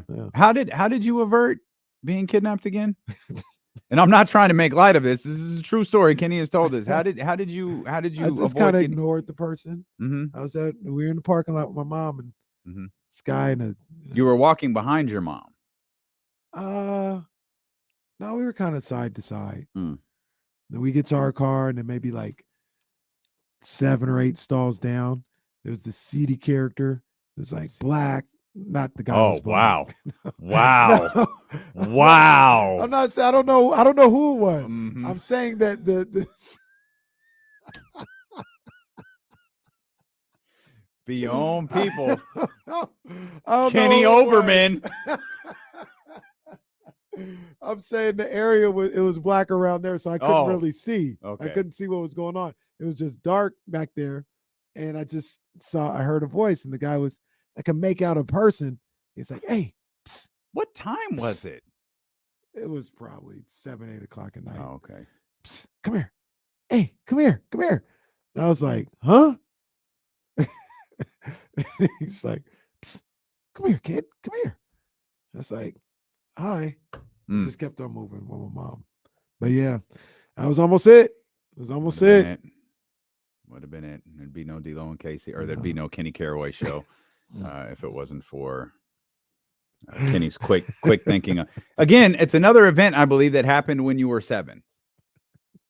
Boy, that's 7-year-olds, man. That was a memorable year for Kenny. Bro, Kenny turned 8 and then blacked out up until this point. Kenny don't remember anything from 8 to the time he had Reese. Goodness gracious. Man, it was a crazy time. It's a crazy time in South Sac, 7 years old. Speaking of crazy times, this is so funny, and it gets funnier by the day. Brian Hoyer signed with the Raiders. Now, the only reason I find that funny is, wasn't he in New England? And so is all Josh McDaniels trying to do is like bring as many Patriots over to the Raiders as I think he made Danny Amendola a coach today. He did. So, yeah. He absolutely what's did. His name next? Who was the quarterback before Mac Jones? I think he was from Arkansas. Wasn't it? Oh, Ryan Mallett? Ryan Mallett. Is Mallett? I was going to say, wasn't it Stidham? Didn't we already do this? Stidham. Wasn't it Stidham? He was a Patriot. Yeah. And the thing is, like, Brian Hoyer is going to have to play some games this year. Did I see? Was this a correct story that I saw that Mac Jones was quietly being shot? That was the other story when you mentioned Trey Lance earlier. I said there's another story out there I read this morning. It said Bill Belichick hates Mac Jones. Bill's been trying to trade Mac Jones all off season. Man. Ooh, that went south quick. Real quick. Oh my gosh. Real quick. Remember he was next? Oh, he was the guy. Who was our guy Joe would call in? Joe, Mac Jones, Joe. And it was weird because Joe was a 49ers fan who liked Trey Lance, but said they should have took Mac Jones. What are the chances everybody loses in that argument? There's a possibility. I don't think it's going to happen because I think Trey's starting the season. I think if Trey starts the season, I don't think he's losing the job. I think Trey's good too. I have no idea if that man is good. I think he's a good quarterback. But now you do have. I hope he can be. I think you got to worry about. I hope he can be just for the sake of the. Really? Yeah. A little That's bit. a concern already? A little bit. He got hurt his rookie year, right? Yeah, he hurt his finger. Hit his helmet on a. That's right. His finger on somebody's helmet. Yeah. What I didn't like about Trey's game was he played a little too much like he was at North Dakota, as far as like when he ran the ball, he's trying to take on. He's like, don't do that. Slide, avoid the contact. He's not I think the misconception kind of is he's not like this natural runner. And maybe if you want to fault Kyle for anything, it was that. Trying to have him run where he's like not this natural, like Russell Wilson, for instance. Russell knows how to run, how and when to avoid contact, get down, get out of bounds, sneak and do that little stupid stick the ball out while running out of bounds. Yeah. He knows how to do it. It's instinctual. I don't feel like Trey has that. Trey got hurt, kind of taking on this linebacker. Like, don't take on any linebackers. Don't take on any cornerbacks. Oh, this is a stupid question. I did just try to look really quick. Is he healthy? Trey? What's the timeline for him? It's good. I don't like, know. I don't know. Like if training camp was today, I don't know if he's 100% cleared, but he's supposed to. He got hurt really early. It was like week 2, 3? Week two, but he had a setback. They had to go take the rods out or something. Oh, and that was towards the end of the season. That's right. Yeah. But I think they're going to be close then. Well, I think he's supposed to be good even for OTAs. Oh, okay. Yeah, I think he's going to be healthy and ready to go. Sam Darnold's around. Sam Darnold is around. Sam Darnold's probably getting playing time in a preseason. Okay. With Mac Jones, you think there's going to be a place for guys like that in the league as far as no athleticism, just sit in the pocket? I feel like that's almost played out now. Man, I don't know. So that's hilarious because Lamar Jackson is just like sitting out there. Yeah, I know. That's the crazy thing too. I think quarterbacks are going to be more towards Lamar than they will be like Mac Jones and stuff like that. So it don't really make sense. That's the way it's moving, at least. So let me think here. Who are the quarterbacks that are out there, the new ones?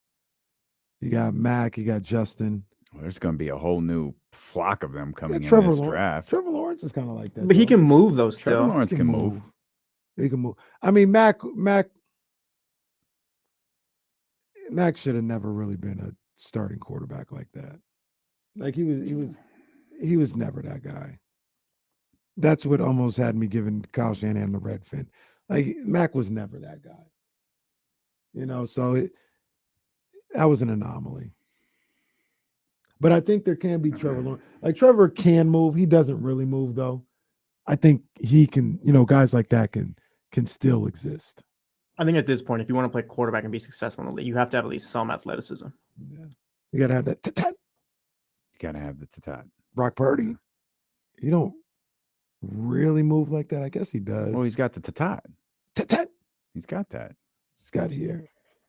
Oh, good. He's standing up and doing it like this isn't a radio show. Apologies to ESPN 1320 AM, 98.5 FM, and the Odyssey app. But Ken he reenacted his tatat. I really don't know what I want to do in that situation with Trey or Brock because I love Trey. I want Trey to be the guy, but I like Brock. Brock is better right now. He's a better quarterback today. When healthy. Weird question or unfair question. You're very confident what you saw from Brock Purdy. That's real. Yeah. Yeah. I think it's real. I think my concern with Trey is we may never find out if because he just has gone so long without playing quarterback. I really don't know how do you can't get this time back. Like you can't make it's gone. The last 3 years. It's gone. Yeah, COVID, rookie, last year. Yeah. I mean, he's played 4 games in that time frame. Mm-hmm. I don't. That's the part that concerns me over anything else. Like making a proclamation on whether Trey Lance is good right now. I think it's completely disingenuous on everybody's part. I've seen him play 4 or 5 games.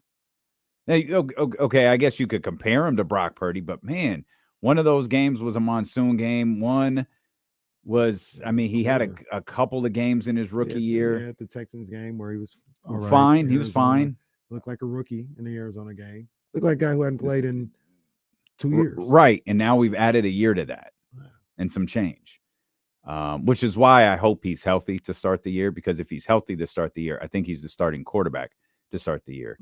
And if he's the starting quarterback to start the year, this is under assumption Brock Purdy's not ready, because I think they're going in with the idea of Brock being ready. If he's not, I don't think he's going to lose the job. Yeah, I don't think Brock's going to be ready. That's just my thought. I think if Trey Lance starts, he keeps the job. If he loses it, that's it. Wow. Like if he starts and he can't hold the starting job, that has to be it. Because I just don't know what else you do with him. Yeah. I don't know what else you can do in that situation if you're the 49ers. Yeah. We will see. Or what that means for Trey Lance in the league. This is uncalled for by Dr. David. He says Derek Carr has no that was uncalled. I'm sorry, man. Where's Derek again? New Orleans. Oh, New Orleans. That's right. Yeah. Is anyone in Carolina? No, are they still without a quarterback? Number 1 pick will be. Number 1 pick. Okay, so they got CJ Stroud. They got Andy Dalton there too, though, I think. Oh, wow. They do Well, have Andy Dalton now. Andy Dalton. I mean, Let's that get dude stay knowledge. employed. That dude stay employed. Andy Dalton and Brian Hoyer, man, them dudes stay employed. I mean, there's going to be like 5 brand new starting quarterbacks in the league in 3 weeks. When is the draft? To 27th. I think it's 3 weeks from Thursday. The only reason I know that we're close is because it's always during the playoffs. Yeah. And there's always like usually first round, and there's always like a conundrum. Well, when the Niners, weren't good, or it was always like, oh man, I want to watch the playoffs, but the Niners are picking right now. Now, you combine the fact that they don't have no pick with the Kings. The furthest thing from my mind is the NFL draft. Understandable. For those who have been with D'Lo and KC a long time, there will not be a 8-hour draft show this year. They tried it. There will not be another 8-hour draft show ever again. As Mr. Halliburton once told us, I can guarantee you that's over. They need to shift all that energy to getting us to Summer League.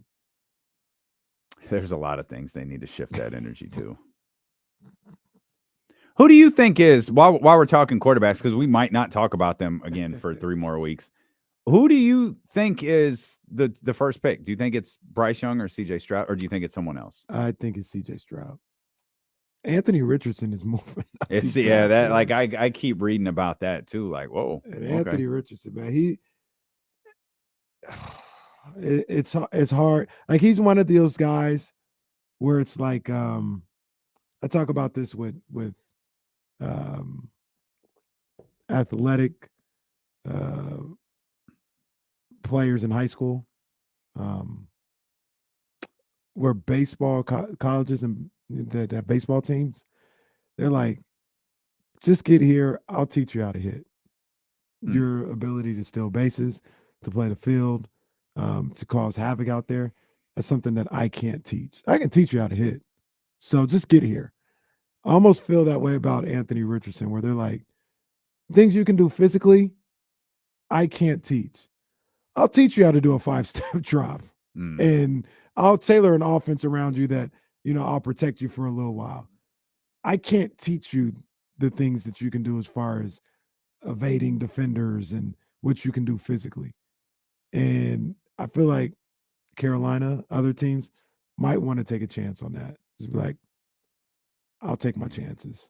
Man, that's a tough call. And that's assuming that he can't play quarterback really well. I don't even think that's the case. I think he's a cool quarterback. I think he's raw, but I think he's like pretty good. There's been a few mocks that have Seattle taking him at 4. That's what I don't want, dog. I don't like that. Don't put him in the division. Although Seattle's going to get a quarterback regardless. I feel like that's a bad look for Seattle, though. Don't do that at the top of the draft. Like, fill out your roster a little bit. Well, that's what they're there for. That's that's somebody's pick. Is it Denver's pick? Denver's pick. Oh, yeah, man. But with 4, you're going to need a quarterback, though. Quarterback. Seattle. Yeah, and Richardson will be perfect because I let him sit for a year or two. You got Geno. I feel like you got to get Geno some help. I get you got more picks, but you got to make sure you better have a plan. If you're going to draft a quarterback with your first pick, you better have a plan to fill out that. Hell, don't they have Denver's 2nd round or Denver's 3rd round this year too? They got over on Denver, man. They did. But yeah, I think I would go CJ. The kid from Kentucky's pretty good too. He was Will. Yeah, I like him too. Yeah, he was visiting with the Raiders, I think, a couple of days ago. We'll come back. Mr. WrestleMania, Jason Jones, is on the way, and of course we've got Kings basketball tonight. We got Kings basketball just a couple of hours. The Sacramento Kings take on the New Orleans Pelicans. We'll talk about that when we return here on Sacramento Sports Leader, ESPN 1320.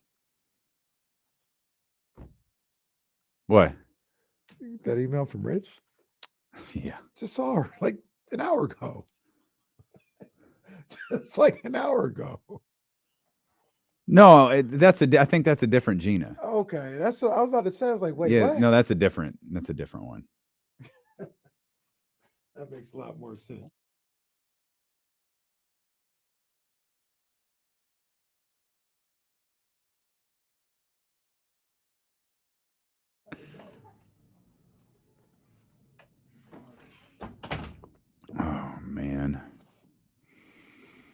Uso Jones. Yes, indeed. Jason Uso Jones. The weird thing with the 49ers not having I haven't really dug into the draft. I just know like the top stuff. Well, obviously because of CJ, but man, it's so nice when you don't have to worry about the draft for your team. Yeah, I guess so.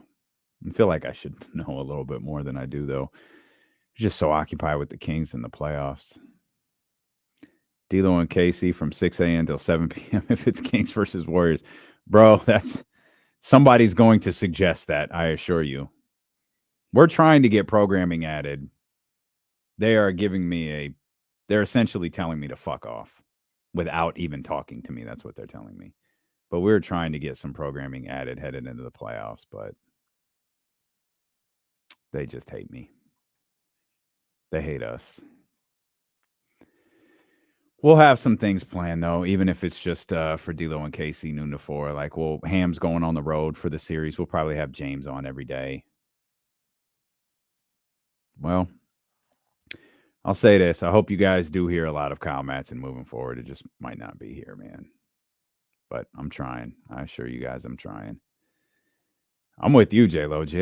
Seattle needs some pieces. Maybe, but at the same time, you can't take a running back at 4. Do they need pieces though? They did win 9 games last year? Yeah. Well, you could build on that. You could build on it, but I think that you're okay taking Richardson at 4 though. All right. I guess if you have a pick to figuratively waste, like an extra pick to use.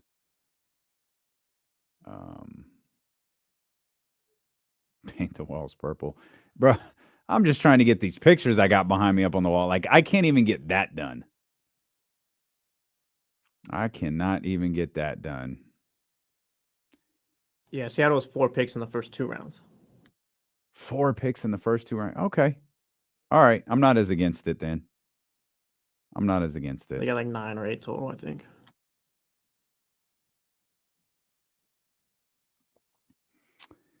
I know, man. I'd rather have one prior to us. I'd rather have something on 10 to 12 or 8 to 12. Do the run it back thing from 4 to 6 or 4 to 8. That's my goal. That's what I presented, but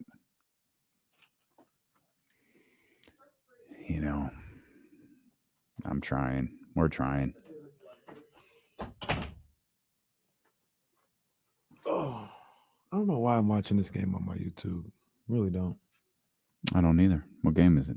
Sixers Raptors game 7. The Kawhi shot. But I have the baseball game right in front of me as well. That year was Embiid's best chance at a title, I think. I don't think he's getting that close. That potential, I don't think he's going to be there. Every Thursday, Michigan, a new episode drops. We recorded an episode about 25 years of life after death. That drops Thursday morning. So, yeah, that'll be out for you. That'll be out for you.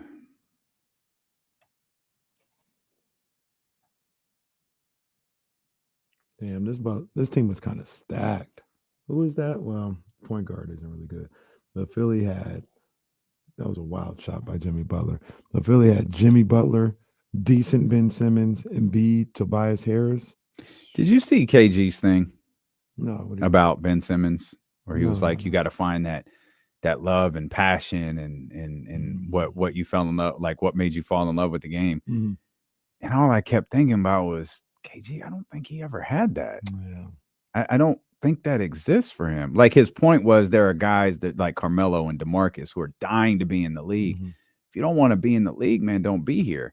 All I kept thinking about, I don't think Ben Simmons ever had that. Wow. I don't. I think Ben Simmons might like basketball. I don't think he has what Kevin Garnett was talking about. Mm-mm.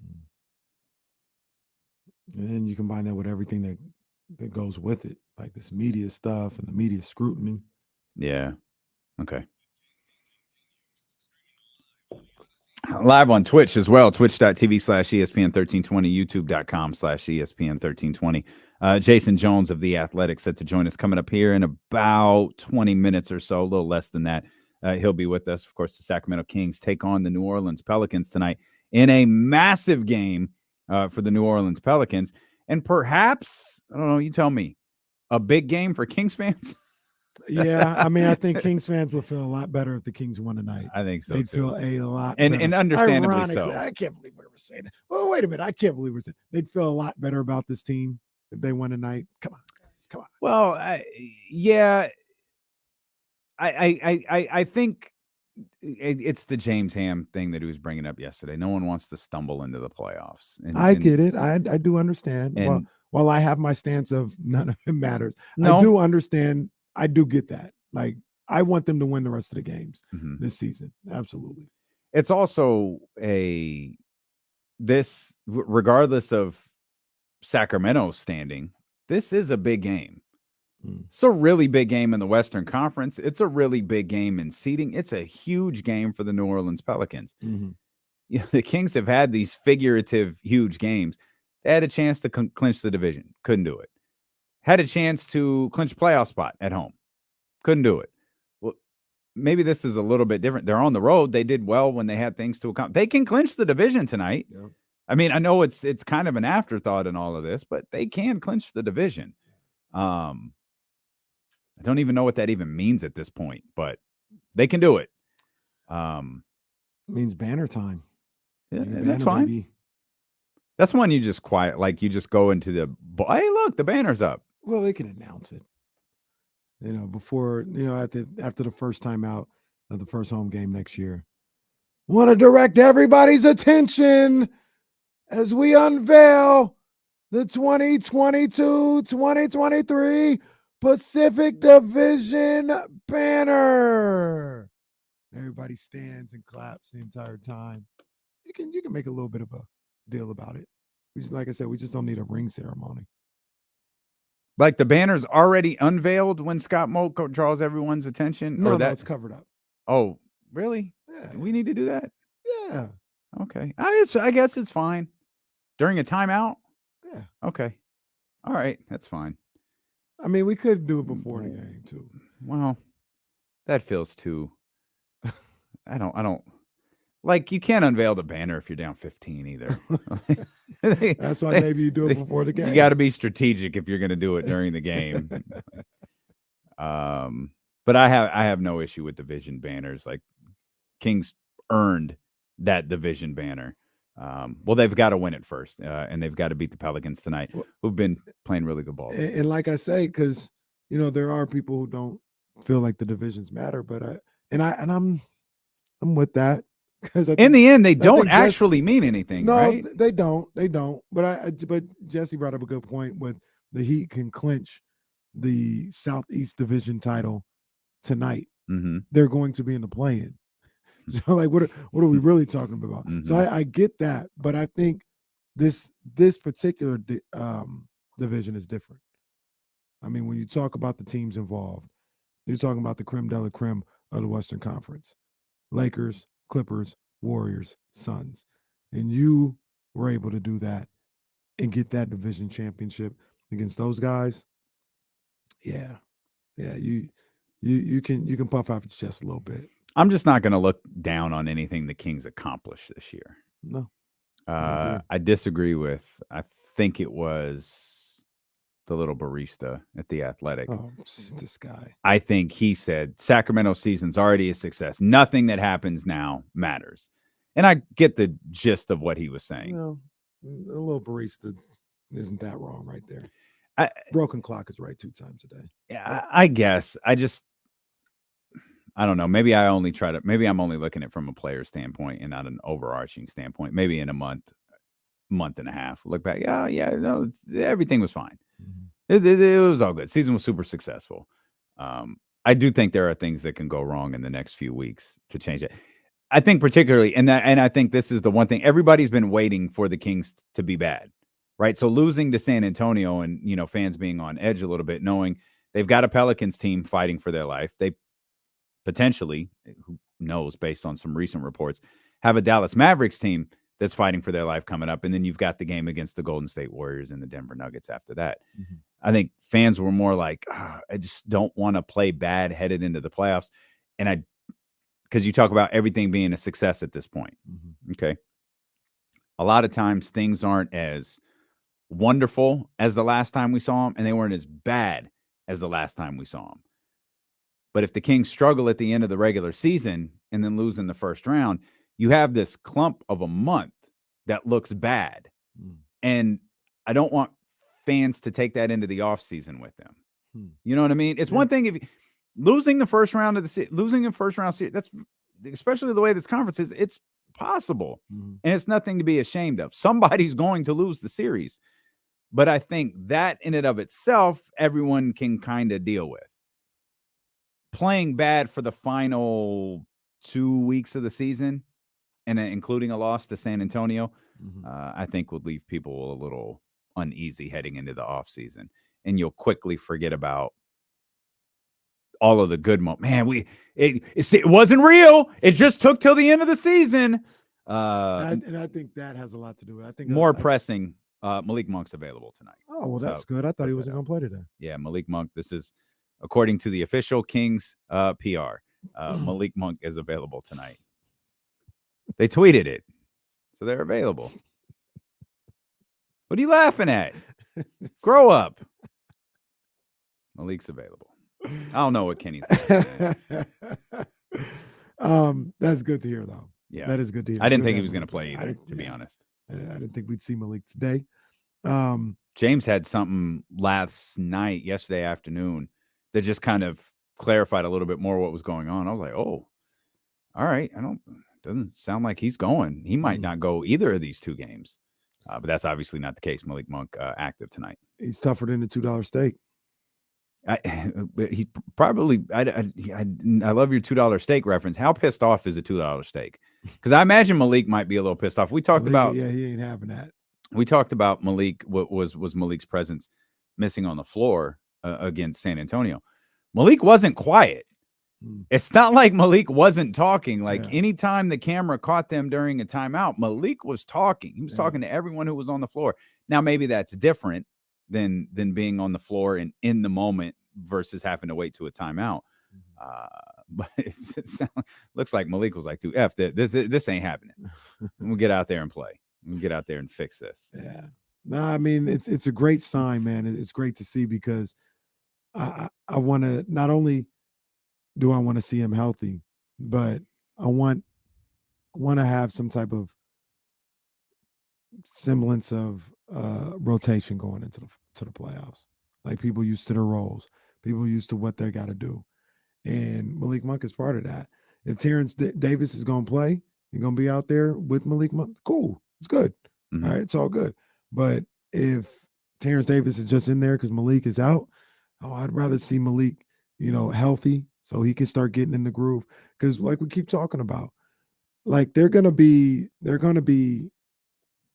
the playoffs, obviously, like no play-in. They're gonna have like a week off with no games.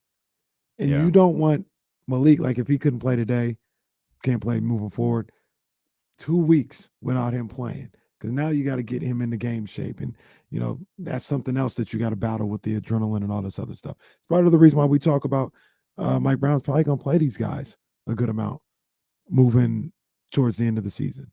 You brought up a good point about it going up against the Warriors. Maybe they don't play in that game, but probably play against Denver a little bit because you are going to have all that time off.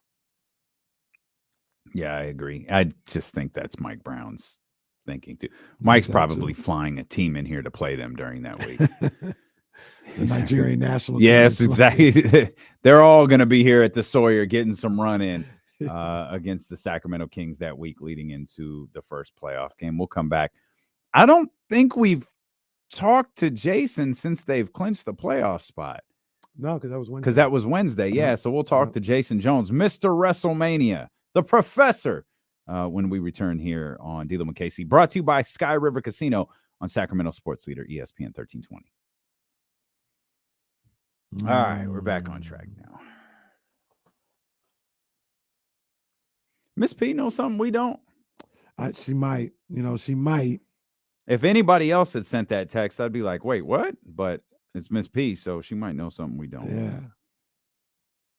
She connected. if it really does happen that way, I'm gonna be like, oh yeah, she know people. Mm-hmm. She know. Yeah, Miss P just broke news to us.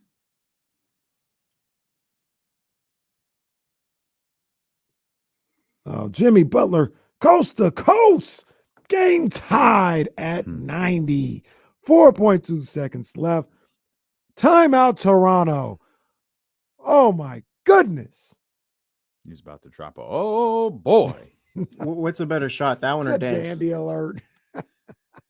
Which one? What's a better shot, Kawhi's or Dame's against the Thunder? Kawhi's. Well, Dame's is a better shot. No, it's not. Kawhi's a better moment.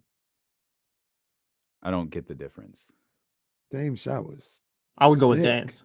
That shot was sick. That guy went from wherever, step back, pure. Kawhi's, but it was the first round. Like, it didn't really mean a whole lot.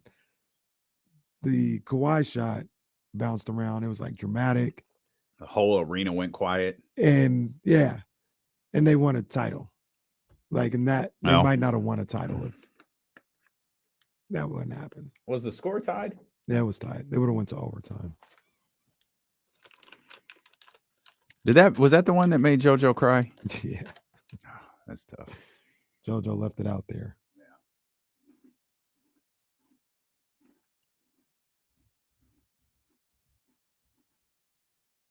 Dandy alert. Stop it. What does that even mean?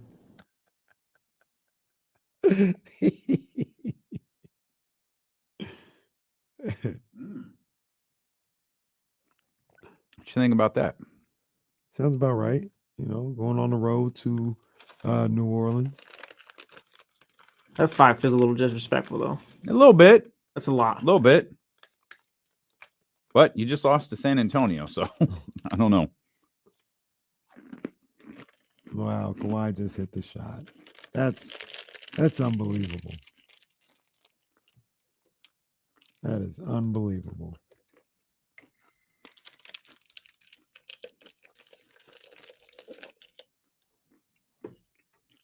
If that, I mean, oh my gosh. You imagine if that happened to the Kings, like the win. Oh my God. In Sacramento. Oh my God. Doko, all that. Oh my gosh. Woo-wee. Sorry, Soren. Don't listen to me right now, Soren. Don't listen to me.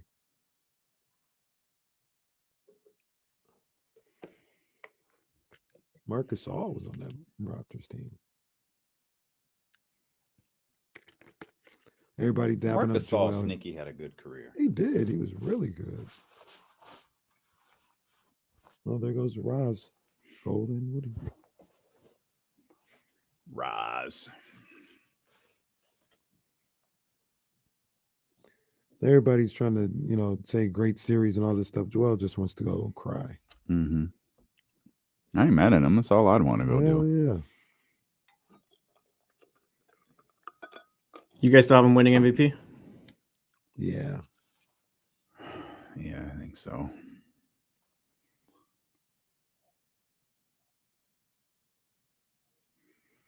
He's about to be likely a back-to-back scoring champion. Yeah. At center. Damn. That team better get out of the second round, man. I know. I think they got a little something for Boston, man. You're gonna have to prove it to me. I know. I think they got something for Boston, though. Like what though? Like Harden's never been good in the playoffs. I think Joel's gonna be ready to go. See, we've already done that with Simmons, though. He's gonna gas out. Yeah, we've already played that game where Harden ain't Simmons, though. He is in the playoffs. Harden ain't Simmons. Ain't nobody Simmons. Hey, those pics you posted, Dr. David, were pretty cool. That all the kids got stuff signed the other night from the players. That's pretty cool. Got a lot of good autographs. Hey, we didn't talk about Friday night. The airport. Oh. That was pretty cool. Oh, yeah. Very cool. Surprised you and Reese weren't there. I was off the grid. It was off the grid. It was date night for me. Oh, that's right. What's going on? That's right. I saw it Saturday afternoon. They were where Friday? Damn.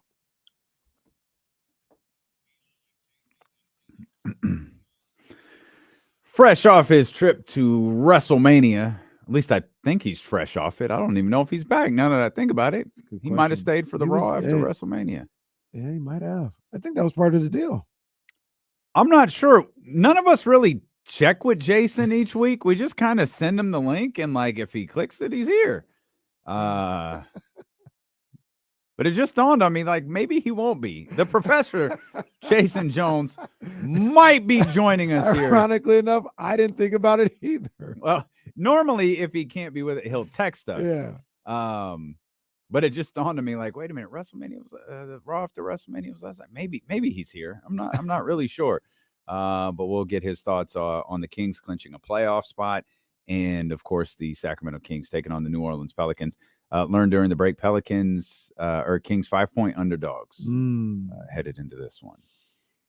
Put it on the whiteboard. It is their first time in the two games playing De'Aaron Fox. De'Aaron Fox didn't play in the game in March, didn't play in the game in February. Ingram only played in one of them. Ingram and Zion have played in none of them against Sacramento. So it's kind of sneaky, a fresh game for everybody. Yeah. Yeah. I mean, in this, you're getting a glimpse of a potential playoff team again. Yeah. Potential playoff team. So, So the Pelicans are behind the Lakers right now. Lakers host or on the road. Lakers are on the road for Utah. If they both win, it comes down. The Clippers are going to stay put. The Clippers are like one of the teams in the race that don't play tonight. Oklahoma City plays Golden State. That's one to watch because if Oklahoma City beats Golden State, that one.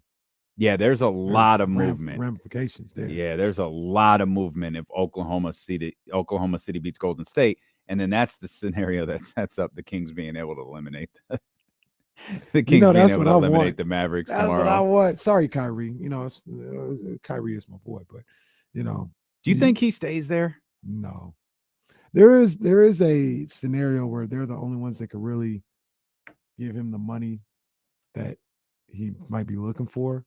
So he might, but is he going to get the money he's looking for, or is he just going to get the money he's going to get? I think he's going to get the money he's going to get. I don't mean to suggest. I don't think Kyrie's going to be a bargain player. I just don't. Do you think he's completely out of touch of reality when he thinks about like his next contract? Like I think I don't know what he thinks. I think he looks at it like he should get a max deal. And wasn't that the conversation in Brooklyn? Yeah. Like he's not getting the max. I don't think he is. I think it's become a trust issue with Kyrie. And there's a real scenario where he just isn't even in the league. Sorry, I just caught a glimpse of this. Acknowledge this man, Mr. WrestleMania himself, the professor. Acknowledge. I got you, Jay. Acknowledge me. You look like you had you look like you're still having fun. Yeah. Jason's got about $700 worth of WWE toys over his shoulders right now. You look like you had a blast, man. How was WrestleMania? Oh, it was from Thursday all the way till I left after night 2 of Mania. Had a ball. Media stuff, not media. I did 4 nights of wrestling or 4 shows in 3 days. So the WrestleMania event aside, which was huge, Jay, I think it's fair to say this is the biggest 3-day stretch probably in the history of professional wrestling. With addition of that and the sale and all that. Yeah. Oh yeah, definitely. Yeah, it was everything they said it would be and then some. I mean, watching the main event from the floor, and like seeing the reaction on night 2 when Cody didn't win. I mean, the energy left that building so quick because So everyone they were ready for Cody to win it, huh? yeah. And then they had like his wife front. I mean, that was the biggest baby, the mom, like everybody was there in the front row. It was like I remember someone saying, "Oh, his wife and his mom is down there. Oh, he's going over tonight."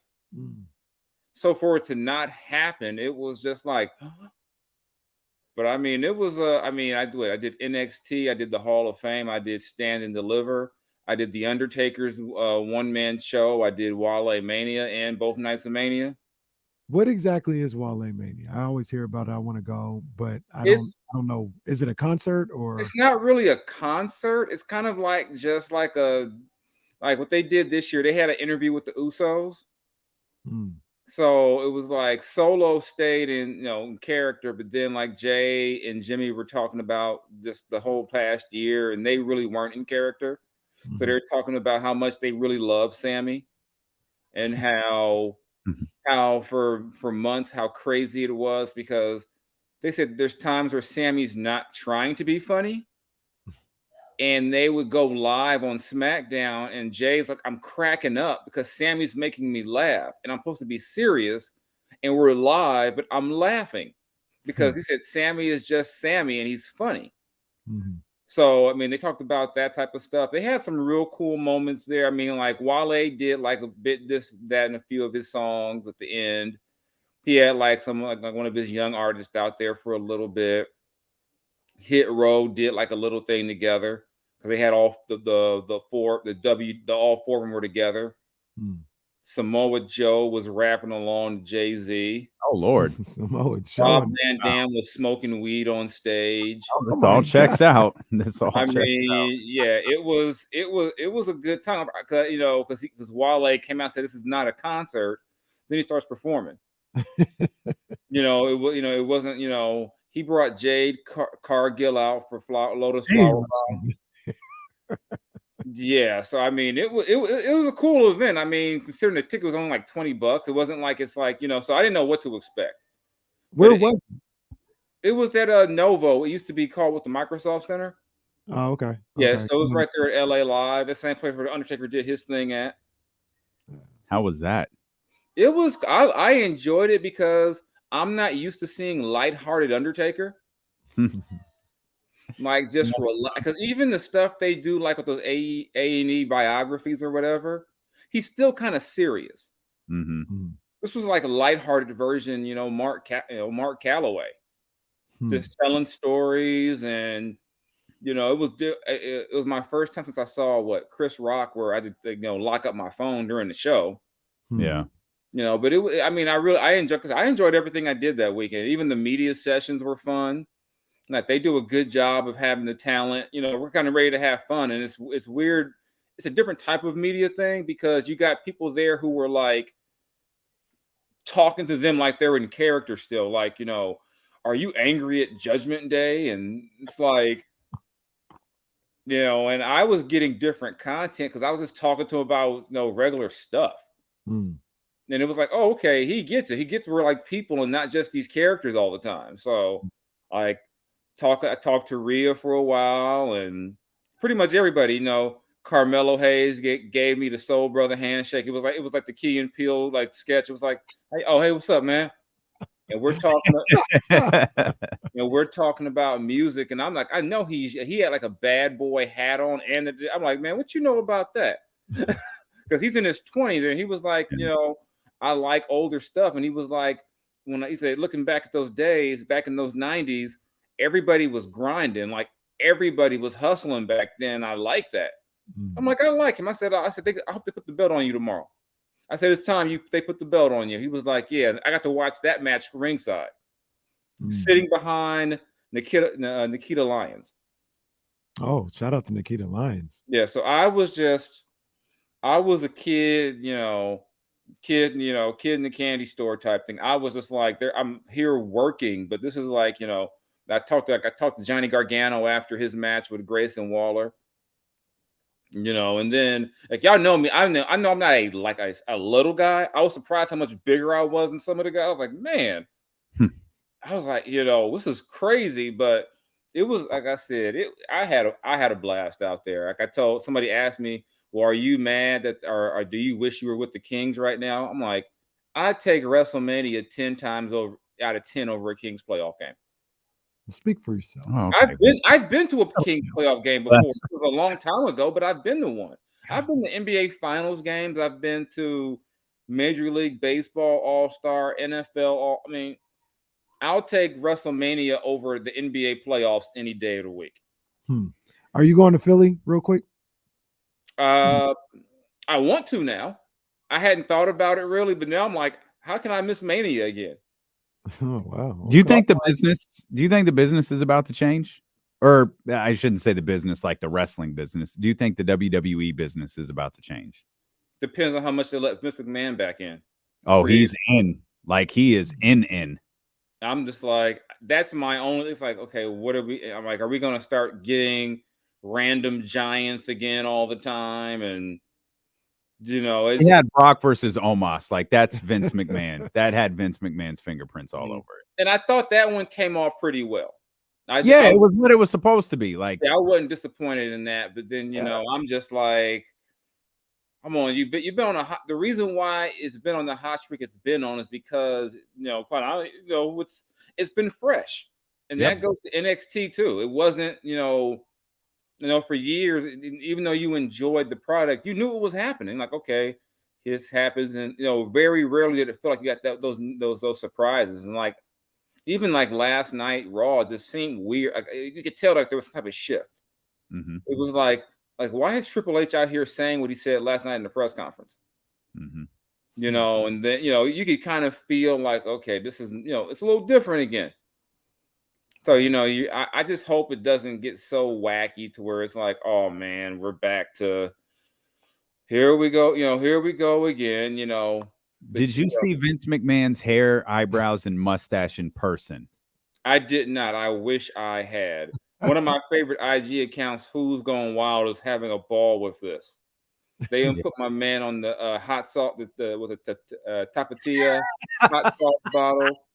They didn't put the whole little outfit on him. That account looks ridiculous. That account has lost its mind. Like, where is this fool from? I was like, and then I see, sponsored by Just for Men. I'm like, I get it, Vince, but come on, what are you doing? But yeah, it was. Vince was not there. When we talked to Shawn Michaels, that was Thursday. He hadn't even seen Vince yet. A lot of people just hadn't seen him. Like they knew he was around, but no one had seen him yet. But I guess they saw him on Monday. Yeah, they saw him. They saw him all right. The world saw him. And the world saw the Sacramento Kings clinch a playoff spot last week. Since the last time we talked, the Kings have clinched a playoff spot, Jason. Real talk. Did you, and there's no writer, did you ever think this was going to happen again? I thought I just figured the law of averages said one day it would happen again. I didn't know when. But I said eventually they have to get in, right? Because everyone gets in at some point. Like, it's kind of, the fact they went this long is kind of just it's crazy, because it's almost like you have to do this on purpose to go that long without making the playoffs. Because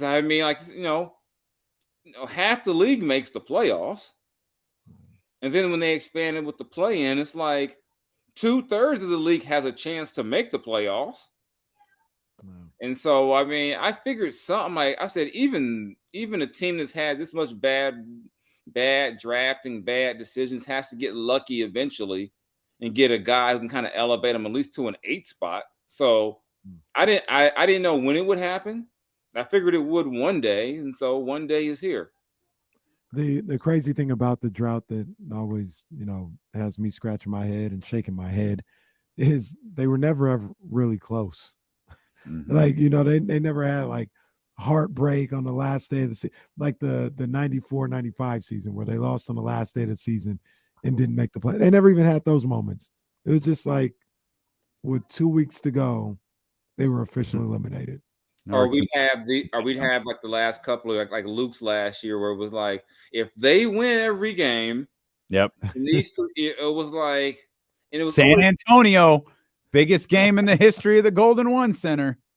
Yeah, it was always like, well, if they do all of this, I mean, because even the 2018-19 year, they finished 9th, but they weren't close. They were like 9-10 games out of 8.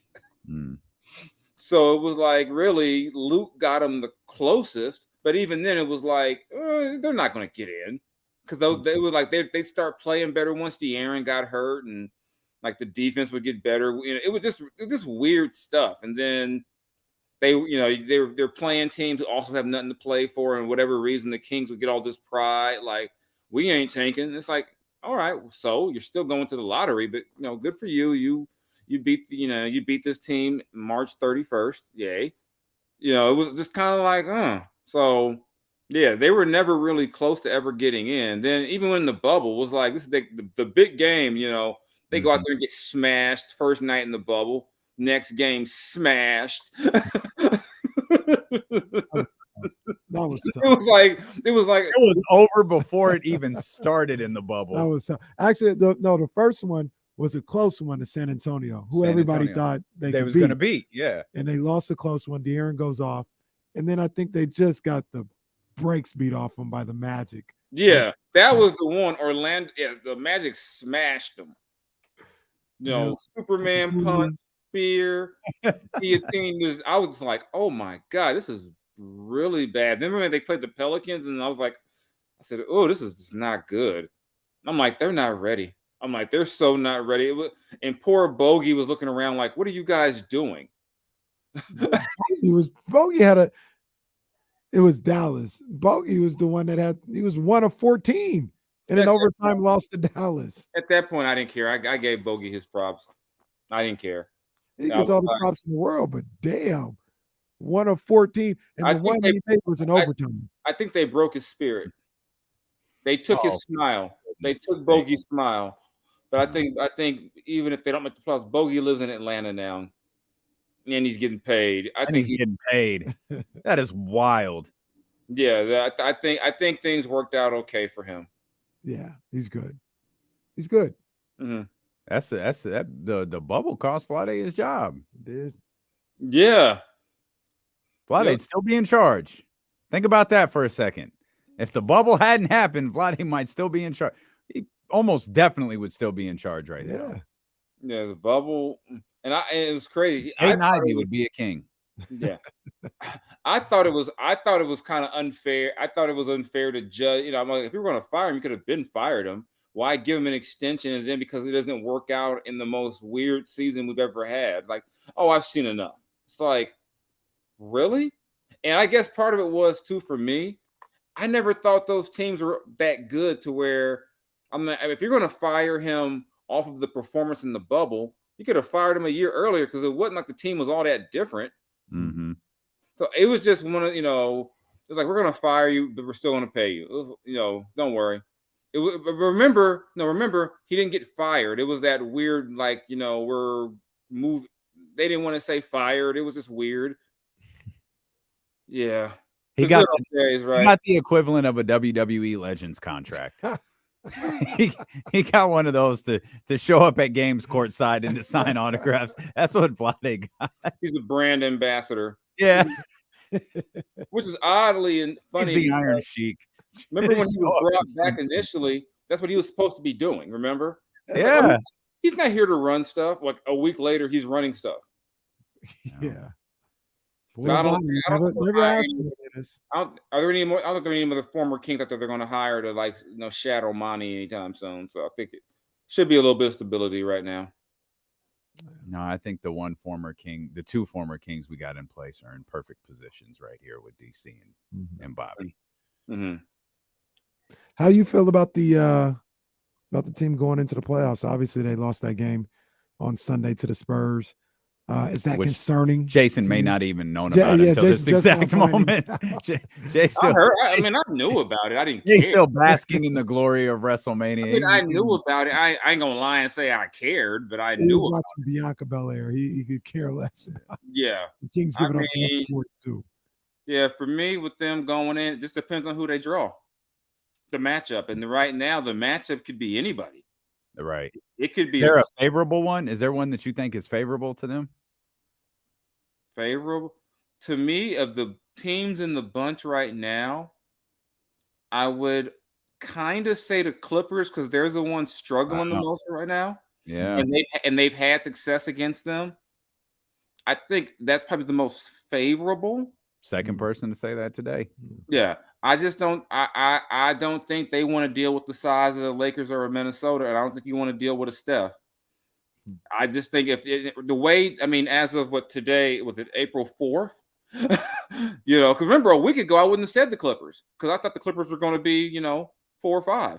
Mm-hmm. The Clippers could be 8 by Wednesday. They could. So I mean, this thing is going to change up a lot in the next couple of days. But I think if they can get a team that prefers to play small, that's to their advantage. I don't think they don't want to deal with AD, Vanderbilt, LeBron front line, or Gobert. Gobert trying to smother Sabonis. I don't think you want. If you had your preference, you want. And also with the Clippers, you don't know what Paul George is going to be in a week or two. So I think there's, if you're just looking around, they're the most beat up of the bunch, and so you did give up 175 to them, but you scored 176, and they've had success against the Clippers. Mm-hmm.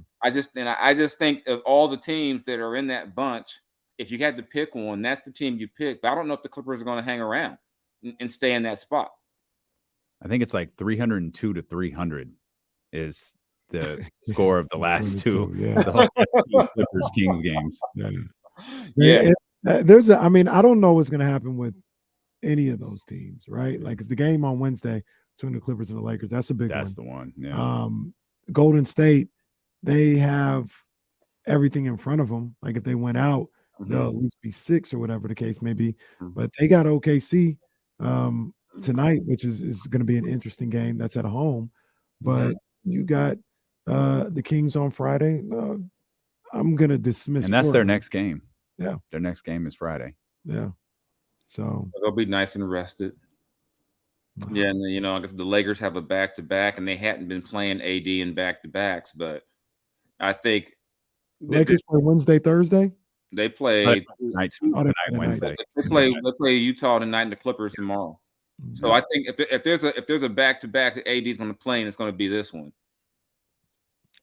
So I just think it's all coming to, and it's all, AD's played in 25 of the last 27, and both of the games he's missed were planned rest.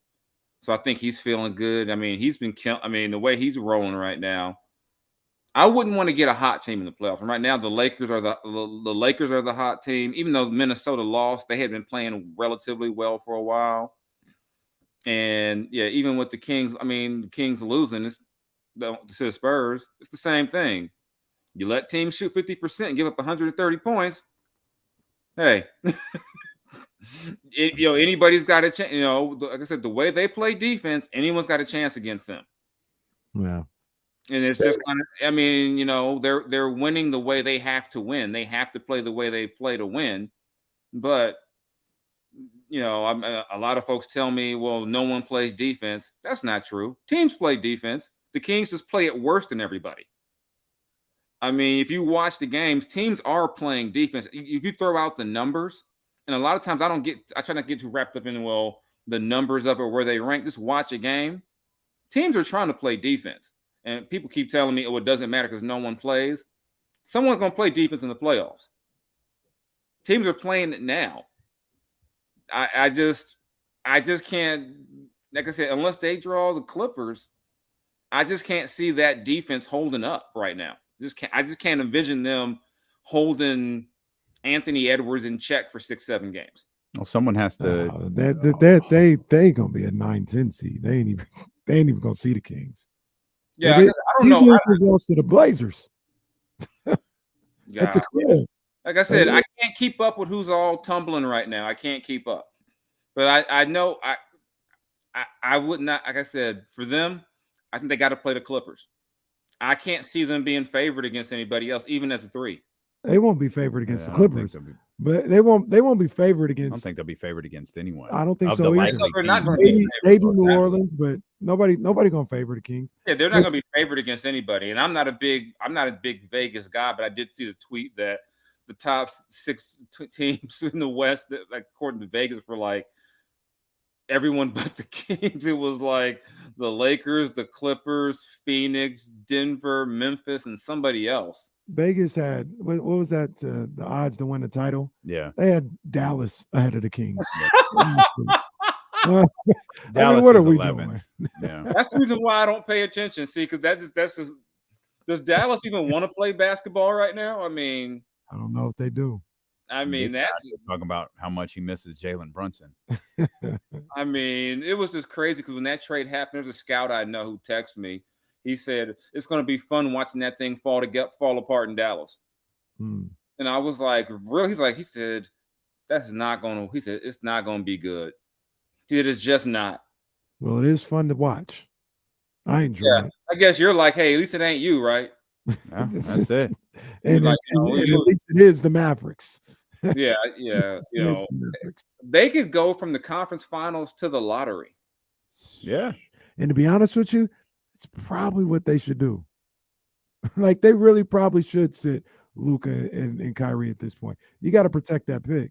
I mean, they haven't said anything. They don't play tonight. So, like, if there's any, truth to that report or rumor, we won't find out till tomorrow. Yeah, and that's just you got to protect that pick. Crazy. It's like you make the trade because you're all in. And you're like, you know what? Yeah. And the thing is, they're not even high in the lottery. And that's the whole problem with it. It's like, unless you get some real great fortune, where's the difference? It's going to be the pick ain't going to be that big difference in terms of the number, unless you're just saying, well, it's easier to trade the 12th pick as opposed to the 15th pick. But well, even then, the thing, Jay, is they lose the pick. It's top 10 protected. Oh, so if they're 11 or 12, they lose the pick to the Knicks. Like you got to protect that pick. Oh, God, this is a mess. See, I've been so engulfed in Roman Reigns and Cody, I didn't even care about their pick. I mean, that's a mess right there. They could you miss the playoffs. Miss the playoffs and lose your first round pick. Yeah, and then you still have to re-sign Kyrie. Right. And for them, they almost have to, because because you can't lose them for nothing. And I think put them right back here where they are. They're gonna give them the max. They're gonna be right back here next year. The assumption was, well, Kyrie's headed to the Lakers. Why would the Lakers want to jack up their roster and commit, and then from what the reports are true, what held up the trade to the Lakers in part was that the Lakers were like, we're not giving you 4 years. Mm-hmm. We'll match you up with LeBron. We'll give you 2, but we're not giving you no. So I guess I just wonder, after this thing falls apart, and like, what happens with Kyrie? Like, what do you because you can re-sign him, and then do you sign and trade him? Who wants to do a sign and trade for Kyrie? Yeah, I mean, this is hey, this is going to be an interesting thing in Dallas, because I know people have told me when this thing doesn't work, they just want to hear what Luka says in the offseason. They're waiting for Luka to come out and just say, I got to get out of here. This is terrible. That might be the best thing that happens. Or to Dallas needs to say, we need to get him out of here. Yeah, if Luka goes and does that, Dallas just got let off the hook. Well, he don't want to be here. God bless it. We got to work it out. Because I mean, you've not think about it, between the Kyrie trade and the Porzingis trade. Look at all the depth they gave up to bring those two guys in, and what do you have to show for it? Nothing. Kyrie Irving and missing the playoffs. I mean, it's you might be better off. You might be better off if you can trade Luka and sign Kyrie. Oof. No, I don't think this is the offseason to trade Luka, but he got to. It's like a boxer getting beat up. You got to show me something. You got to show me something next year, else I'm gonna start looking at you as the problem. Hands up, Luka. Like I said, they were just in the conference finals a year ago. So it's like, what is going on? You know, I mean, yeah, people looking at Luka a little different. They missed the playoffs. They're going to look at him a little different. But then again, he'll have the built-in thing of, well, no, Kyrie will get an inordinate amount of blame for what happens, as if he was there all year. It wasn't Luka who signed JaVale McGee and then never played him. No. for some random, I don't know what's going on. I don't pretend to know what's going on in Dallas. I'm just out here watching, going, wow. That's what we're all doing, Jay. We appreciate you. It was fun watching your journey this weekend, man. I'm envious, but it was fun to watch. We appreciate you as always. And I'm guessing you were good with Sunday night's outcome. I knew that was what it was going to be. I said they can't destroy the entire bloodline in one weekend. And that's why I asked the question in the press conference. Since Roman said we're in the third inning, he said we got so much more to go with this. He said, I'm like, yeah, I was the one in the presser asking like real questions. I wasn't like, hey, so Roman, now that you've conquered Cody, like what's next? I don't know. Let me go ask Triple H what's next. I don't know. But yeah. Hey, Jay, but before you go, I want to hear what you said. I think Seth should win it at SummerSlam. Seth? Yeah. I think maybe the move is he only defends one of the belts and he loses one of them. That's the other thing. They got to get one of the straps off. I don't think they do. I think having one is you should only have one belt. You shouldn't have two. There isn't even a brand. Roman was on Raw last night. This isn't even a thing anymore. Yeah, I guess he can be on Raw. He has both belts. They changed the color. They changed the color. There isn't even a Raw colored brand belt no more. They just need to make one. No, because the Universal one became the blue one. So the red one became like obsolete. Because I guess after the draft, the red belt ended up on SmackDown. So the red belt had to become blue. And I prefer blue over red anyway. So damn. Okay. All right. Damn. All right, Jay. We're gonna let you go before we get ourselves in any trouble. All right. The chosen one. We appreciate you. Thanks, Jason. Jason Jones, The Athletic. I don't want no problems. No. The opinions expressed by the culture writer over at The Athletic are that of his and his alone. Goodness gracious. He did bring up a good point, though, that I hadn't really thought about. Because much like Jason, I don't really care about this stuff, but I get Kings aren't going to be favored in any series that they're in. Absolutely. They're going to be the 3 seed, and and just looking at it, Pelicans maybe, but I'm not. We'll see what happens if Zion tonight. Comes back, they absolutely won't favor them because that's what everybody keeps them being about. The Kings. Yeah. I don't see the Kings being favored over the Lakers, the Warriors, or the Clippers. No. And all anybody's going to talk about is the reasons why that other team should be favored. They're not going to be favored. Championship experience. Yeah. LeBron James. Yeah. I don't know what the championship coach. I don't know what you say about Clippers. Oh, well, Kawhi. Well, you've been trashing Kawhi all year. It doesn't matter because now you're going against the Kings. No, that's true. Doesn't matter. Hey, I saw something that was pretty cool. Jason Tatum, his Tatum ones. Are releasing, I think maybe this weekend, but the official commercial has come out. There was a kid named David Powell.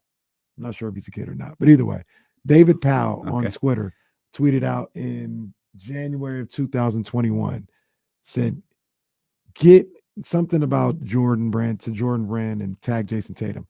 Get him his own signature shoe, quick! ! Well, today, Tatum sent David Powell, just the regular, like if I would have tweeted, sent him the Tatum ones and like framed the tweet that he made. That's cool. Thing. So yeah, Tatum ones are out.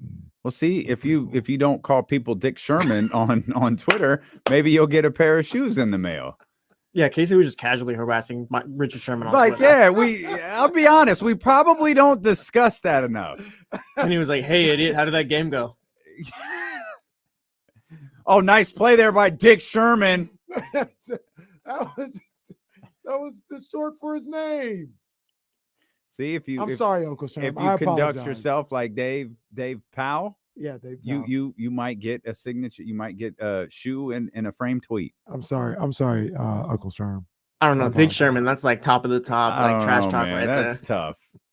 That's tough. Can you like? I didn't really even do anything. Like he's a professional football player, all the money in the world, but that would piss me off. He said, "I didn't do anything." Dr. David 10 seconds later digs it up and goes, "Well, maybe he took exception to the nickname Dick Sherman."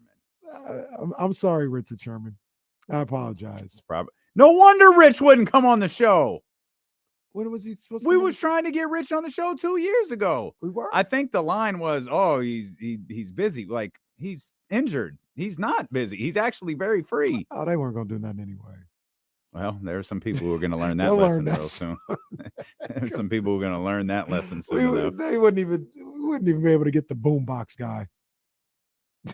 That's true. Who's actually like, I don't want to say it like this. And Bump box. He's got a coaching job somewhere. The bump box guy? Yeah. In the NFL? Mm-hmm. Wow.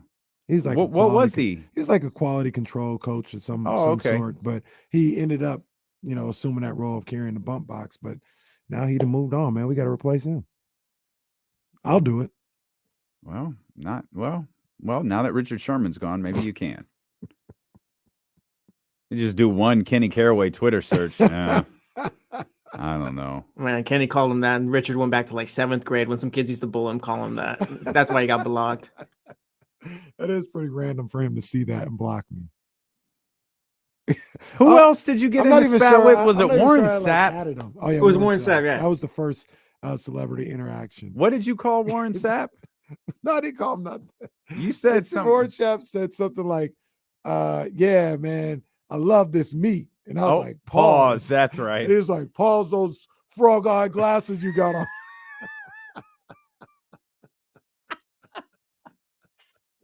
I don't know why that's funny. Oh, that's tremendous.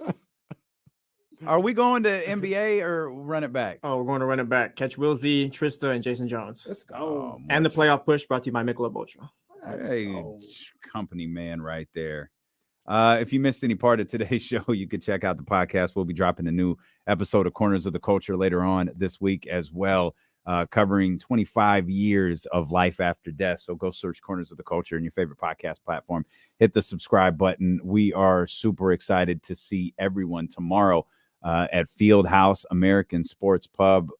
We'll be there around 5 o'clock. Game starts at 5:30, but we're looking forward to seeing everybody. Hope you could get out there early and hope that you stick around if you're on the Odyssey app or ESPN 1320. We'll run it back next here on Sacramento Sports Leader, ESPN 1320. Go Kings! Yeah. Man. Old school players, new school fools. Cats keep it jumping like kangaroos. All right. Whiskey with on the bubble. Ain't no time to lose. See, I be goddamn it, they done changed the rules.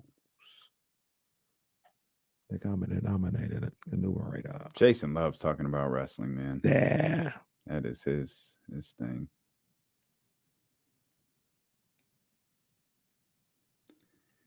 All right, y'all. Got a long day ahead tomorrow, a big day. We're excited. We hope as many of you watching can make it out to hang out with us. Hopefully we're in here talking about a win tomorrow, man. That would be fun. And I agree. Warren Sapp did deserve that pause. He said, I love this meat. Talking about loving that meat. Like, come on, man. What you expect us to do? Come on, Warren. I should say Warren Sapp, not our guy, Warren. He my guy. But yeah, come through tomorrow. We appreciate you. Tomorrow's show will be better, I promise. And we'll see you at noon. Go Kings.